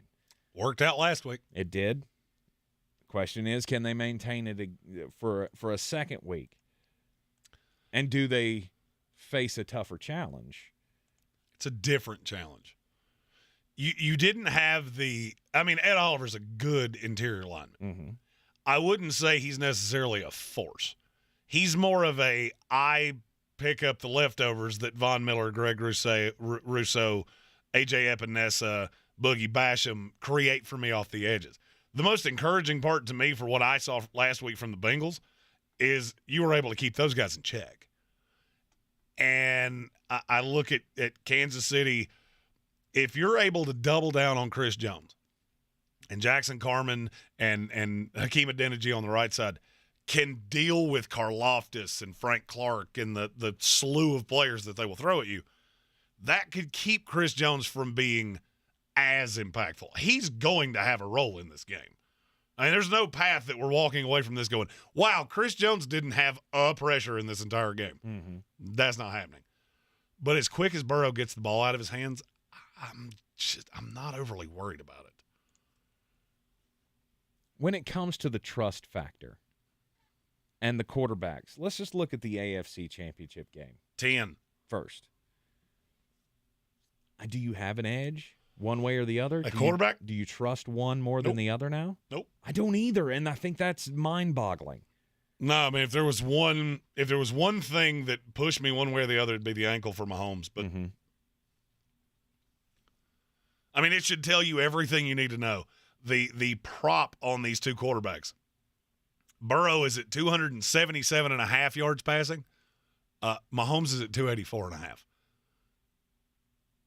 And you're not making money on either one of them because you can go high or low on either quarterback. You're not catching plus money on either one of those. That's one of the weirdest anomalies I think I've ever seen. Mm-hmm. Because you know there's a lot of has to go down. Say that one more time. I said because you know that's how this game has to go down. Not necessarily, but that's what I'm saying. You can take the under on both. It's still not a plus money favorite to go under. Mm-hmm. Because there is a possibility that you see more of the running games. You see more Joe Mixon. You see more Isaiah Pacheco. I feel like Vegas is trying to tell you that's how they see this game going. In Green on Green, I told you Samaje Perine. I have a plus 375 on over half a touchdown. You do with that what you will. You know, I'm here, give you the information. You do with that what you will. Okay. Samaje Perine has seen more work in the offense as the blocking back. Because he has to, because Joe Mixon's not a very good blocker. Right. And so you leave him in as almost the safety valve to make sure that nobody just blows up a play. Mm-hmm. That's going to leave him in there more often. And then you let him chip and roll. And I almost feel like Joe Mixon's getting to a point where it's almost tipping you off that this is a run. You see Joe Mixon, and it's not 100% of the time. But I'm even looking at Mixon going 59.5 rushing yards. Yeah, I think that's probably the floor. Mm-hmm. That's the line. I'd go over 59.5 on that, and I wouldn't think about it twice. I would tend to agree. But the fact that Joe Burrow, in just a short amount of time, has become one of the guys that you can trust. Yeah, I talked a lot about this with Stetson Bennett in the run to the back-to-back national championship games for the Georgia Bulldogs. When the lights turn on brighter, the kid steps up. Joe Burrow was the first. Joe Burrow was the first one to do that. Because every time you feel like the heat has gotten a little bit hotter, he has not let you down. No. I mean, to me, Joe Burrow is the best quarterback in the NFL. I think it's fractionally ahead of Pat Mahomes. Mm-hmm. But I do feel like Pat Mahomes has had some advantages that Joe Burrow hasn't. And then to me, it's interesting to pose the same question for the NFC Championship. Quarterback. Yeah, you get a very different story on the lines over there. Absolutely. And the quarterback confidence. I've got Jalen Hurts just a bit above Brock Purdy, but it's not by much. What would you say Brock Purdy's line for passing yards is?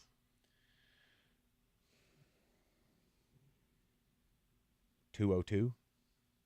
You're close. You went full dyslexia and reversed two of the numbers. It's 220. 220. 220 and a I'd half. take the under. I don't know that I would. Really? I don't know that I would. I mean, I'll put it this way. There's two alternate lines, which that's not that abnormal. But the fact that they're both 24 yards on each side of that number, that's a little abnormal. Mm-hmm. I feel like Vegas is throwing darts at a board with Philadelphia and San Francisco. And if you have a dedicated lean, I always tell people, don't bet with your heart. If you're an Eagle fan, if you're a 49er fan, you take what I'm getting ready to say and you just ball it up and put it and throw it in your trash can. Because betting with your heart is a really good way to end up sleeping in your car. Mm-hmm. But if you're not on either side of this and you have a real dedicated lean of how this goes, I don't know that I've ever seen a championship game where you could make more money if you're right. Because there's so much hedging and so many different lines that you can get in on. I mean, if you think Christian McCaffrey goes nuts, you can have a 5-way parlay with McCaffrey by himself because they're scared to go too high. Mm-hmm. So I feel like every one of these lines is brought down just a little bit, and then they protect themselves with the over-under. Right. That's a weird betting anomaly to me that makes me feel like Vegas might be shooting as blind here as we are, which is a very rare thing. It is indeed. You're in the Sportsocracy here on ESPN Asheville. Got one more break. When we come back, we'll give you the official picks. We'll play Beat the Chief, I guess, for for the two games coming up this weekend. We'll have our picks along with Asheville Police Chief Zack's picks. Unfortunately, he could not join us today. We'll have more on that coming up next. This is your time saver on the new ESPN Asheville. Driving slow, 240 westbound between Charlotte Street and Montford Avenue. 26 westbound slow between Airport Road and the Blue Ridge Parkway. 40 westbound slow between the Smoky Park Highway and Georges Branch Road due to an accident. 40 westbound in Haywood County, then crawling between NC 209 and US 276. Sweeten Creek Road northbound approaching Mills Gap Road is slow. Smoky Park Highway northbound approaching Sand Hill Road slow. I'm Lyndon Fuel with your time saver traffic. This report is sponsored by Taco Bell. Taco Bell has $2 grilled chicken burritos that come in two bold flavors, Chipotle Ranch and Salsa Verde. They're bursting with grilled chicken and delicious sauces. Get your $2 grilled chicken burrito at participating Taco Bell stores for a limited time only, while supplies last. Price and participation vary. Tax extra. Hey, this is Peter Schrager from the NFL Network's morning show, Good Morning Football. You've also seen me on NFL Sidelines and in studio for Fox Sports on Sunday. Well, I've got a new podcast with iHeart in the NFL, and we're calling it The Season with Peter Schrager.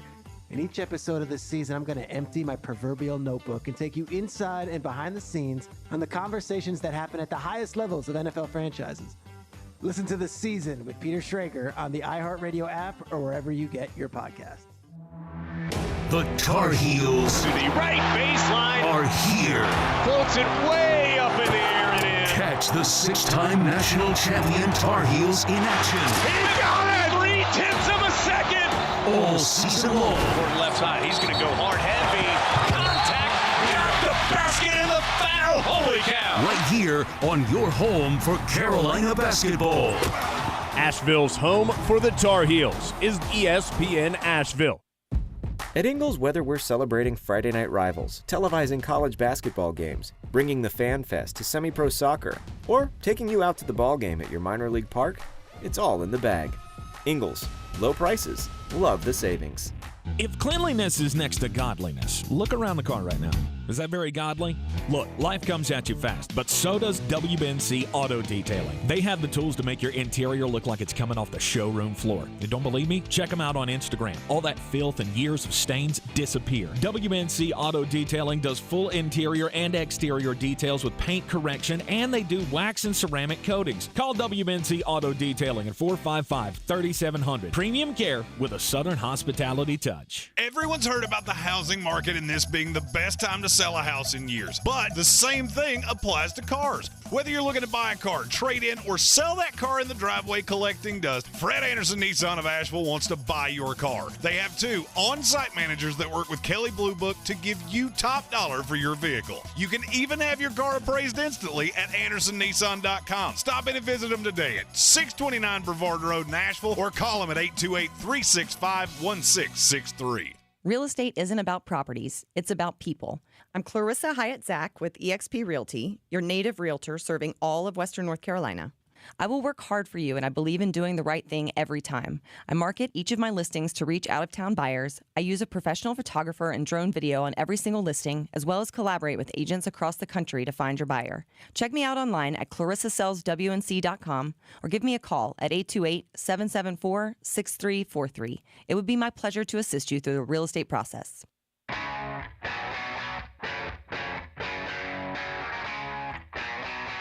The Sportsocracy. It's the Sportsocracy closing moments of the week. Here in the Ingles Studio, we will be with you live on Sunday, only on YouTube, so we can say all the things that we really want to say. All the wordy dirts. So if you like those, this is probably going to be fun for you. That's right. It's going to be a lot of fun. You can turn on our commentary to go along with the game as you're watching it on Sunday. Just have us up on the YouTube. Oh, just ask yourself this. What would you rather listen to for 3 hours? Tony Romo or me 11 domestic lights deep?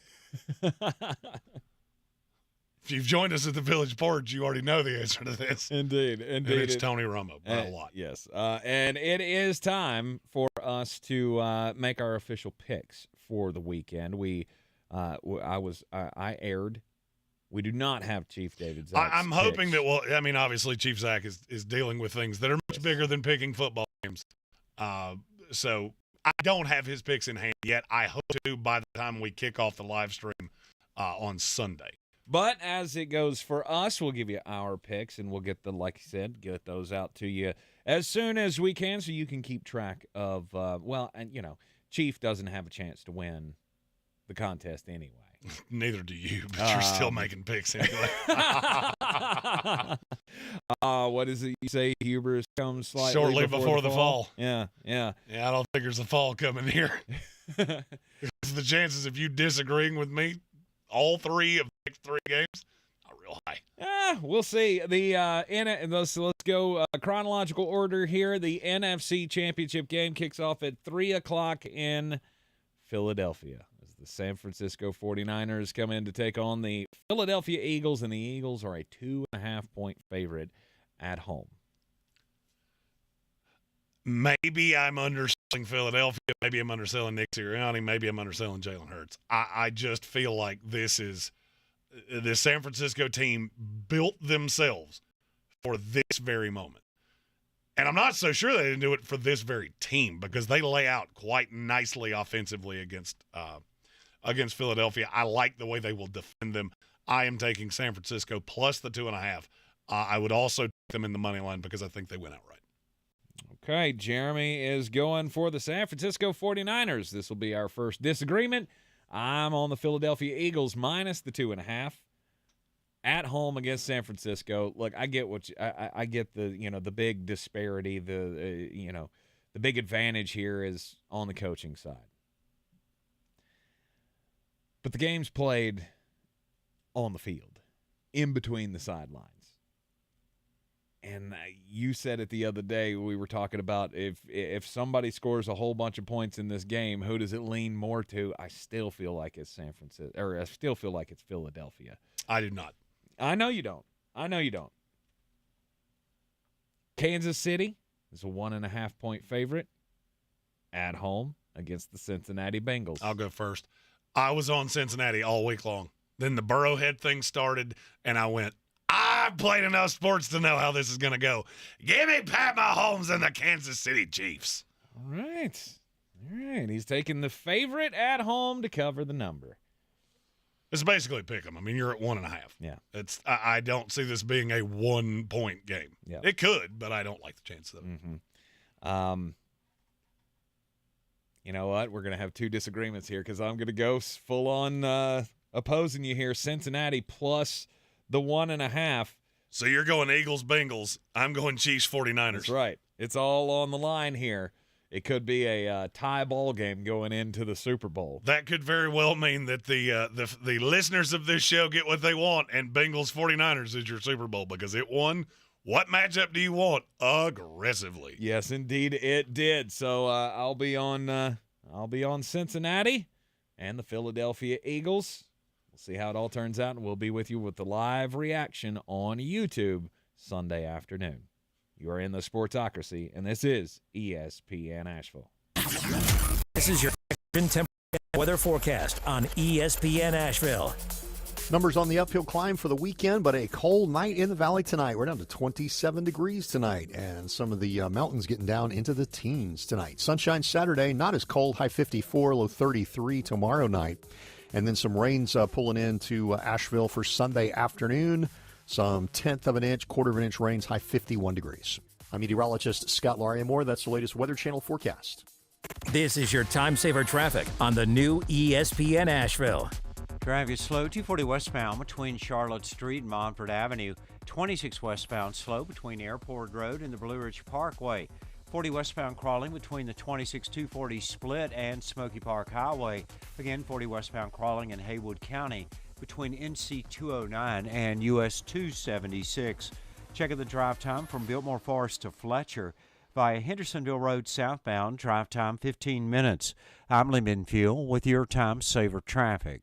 This report is sponsored by Taco Bell. Taco Bell has $2 grilled chicken burritos that come in 2 bold flavors, Chipotle Ranch and Salsa Verde. They're bursting with grilled chicken and delicious sauces. Get your $2 grilled chicken burrito at participating Taco Bell stores for a limited time only, while supplies last. Price and participation vary. Tax extra. To some, a baby's babbling doesn't mean much, but it does.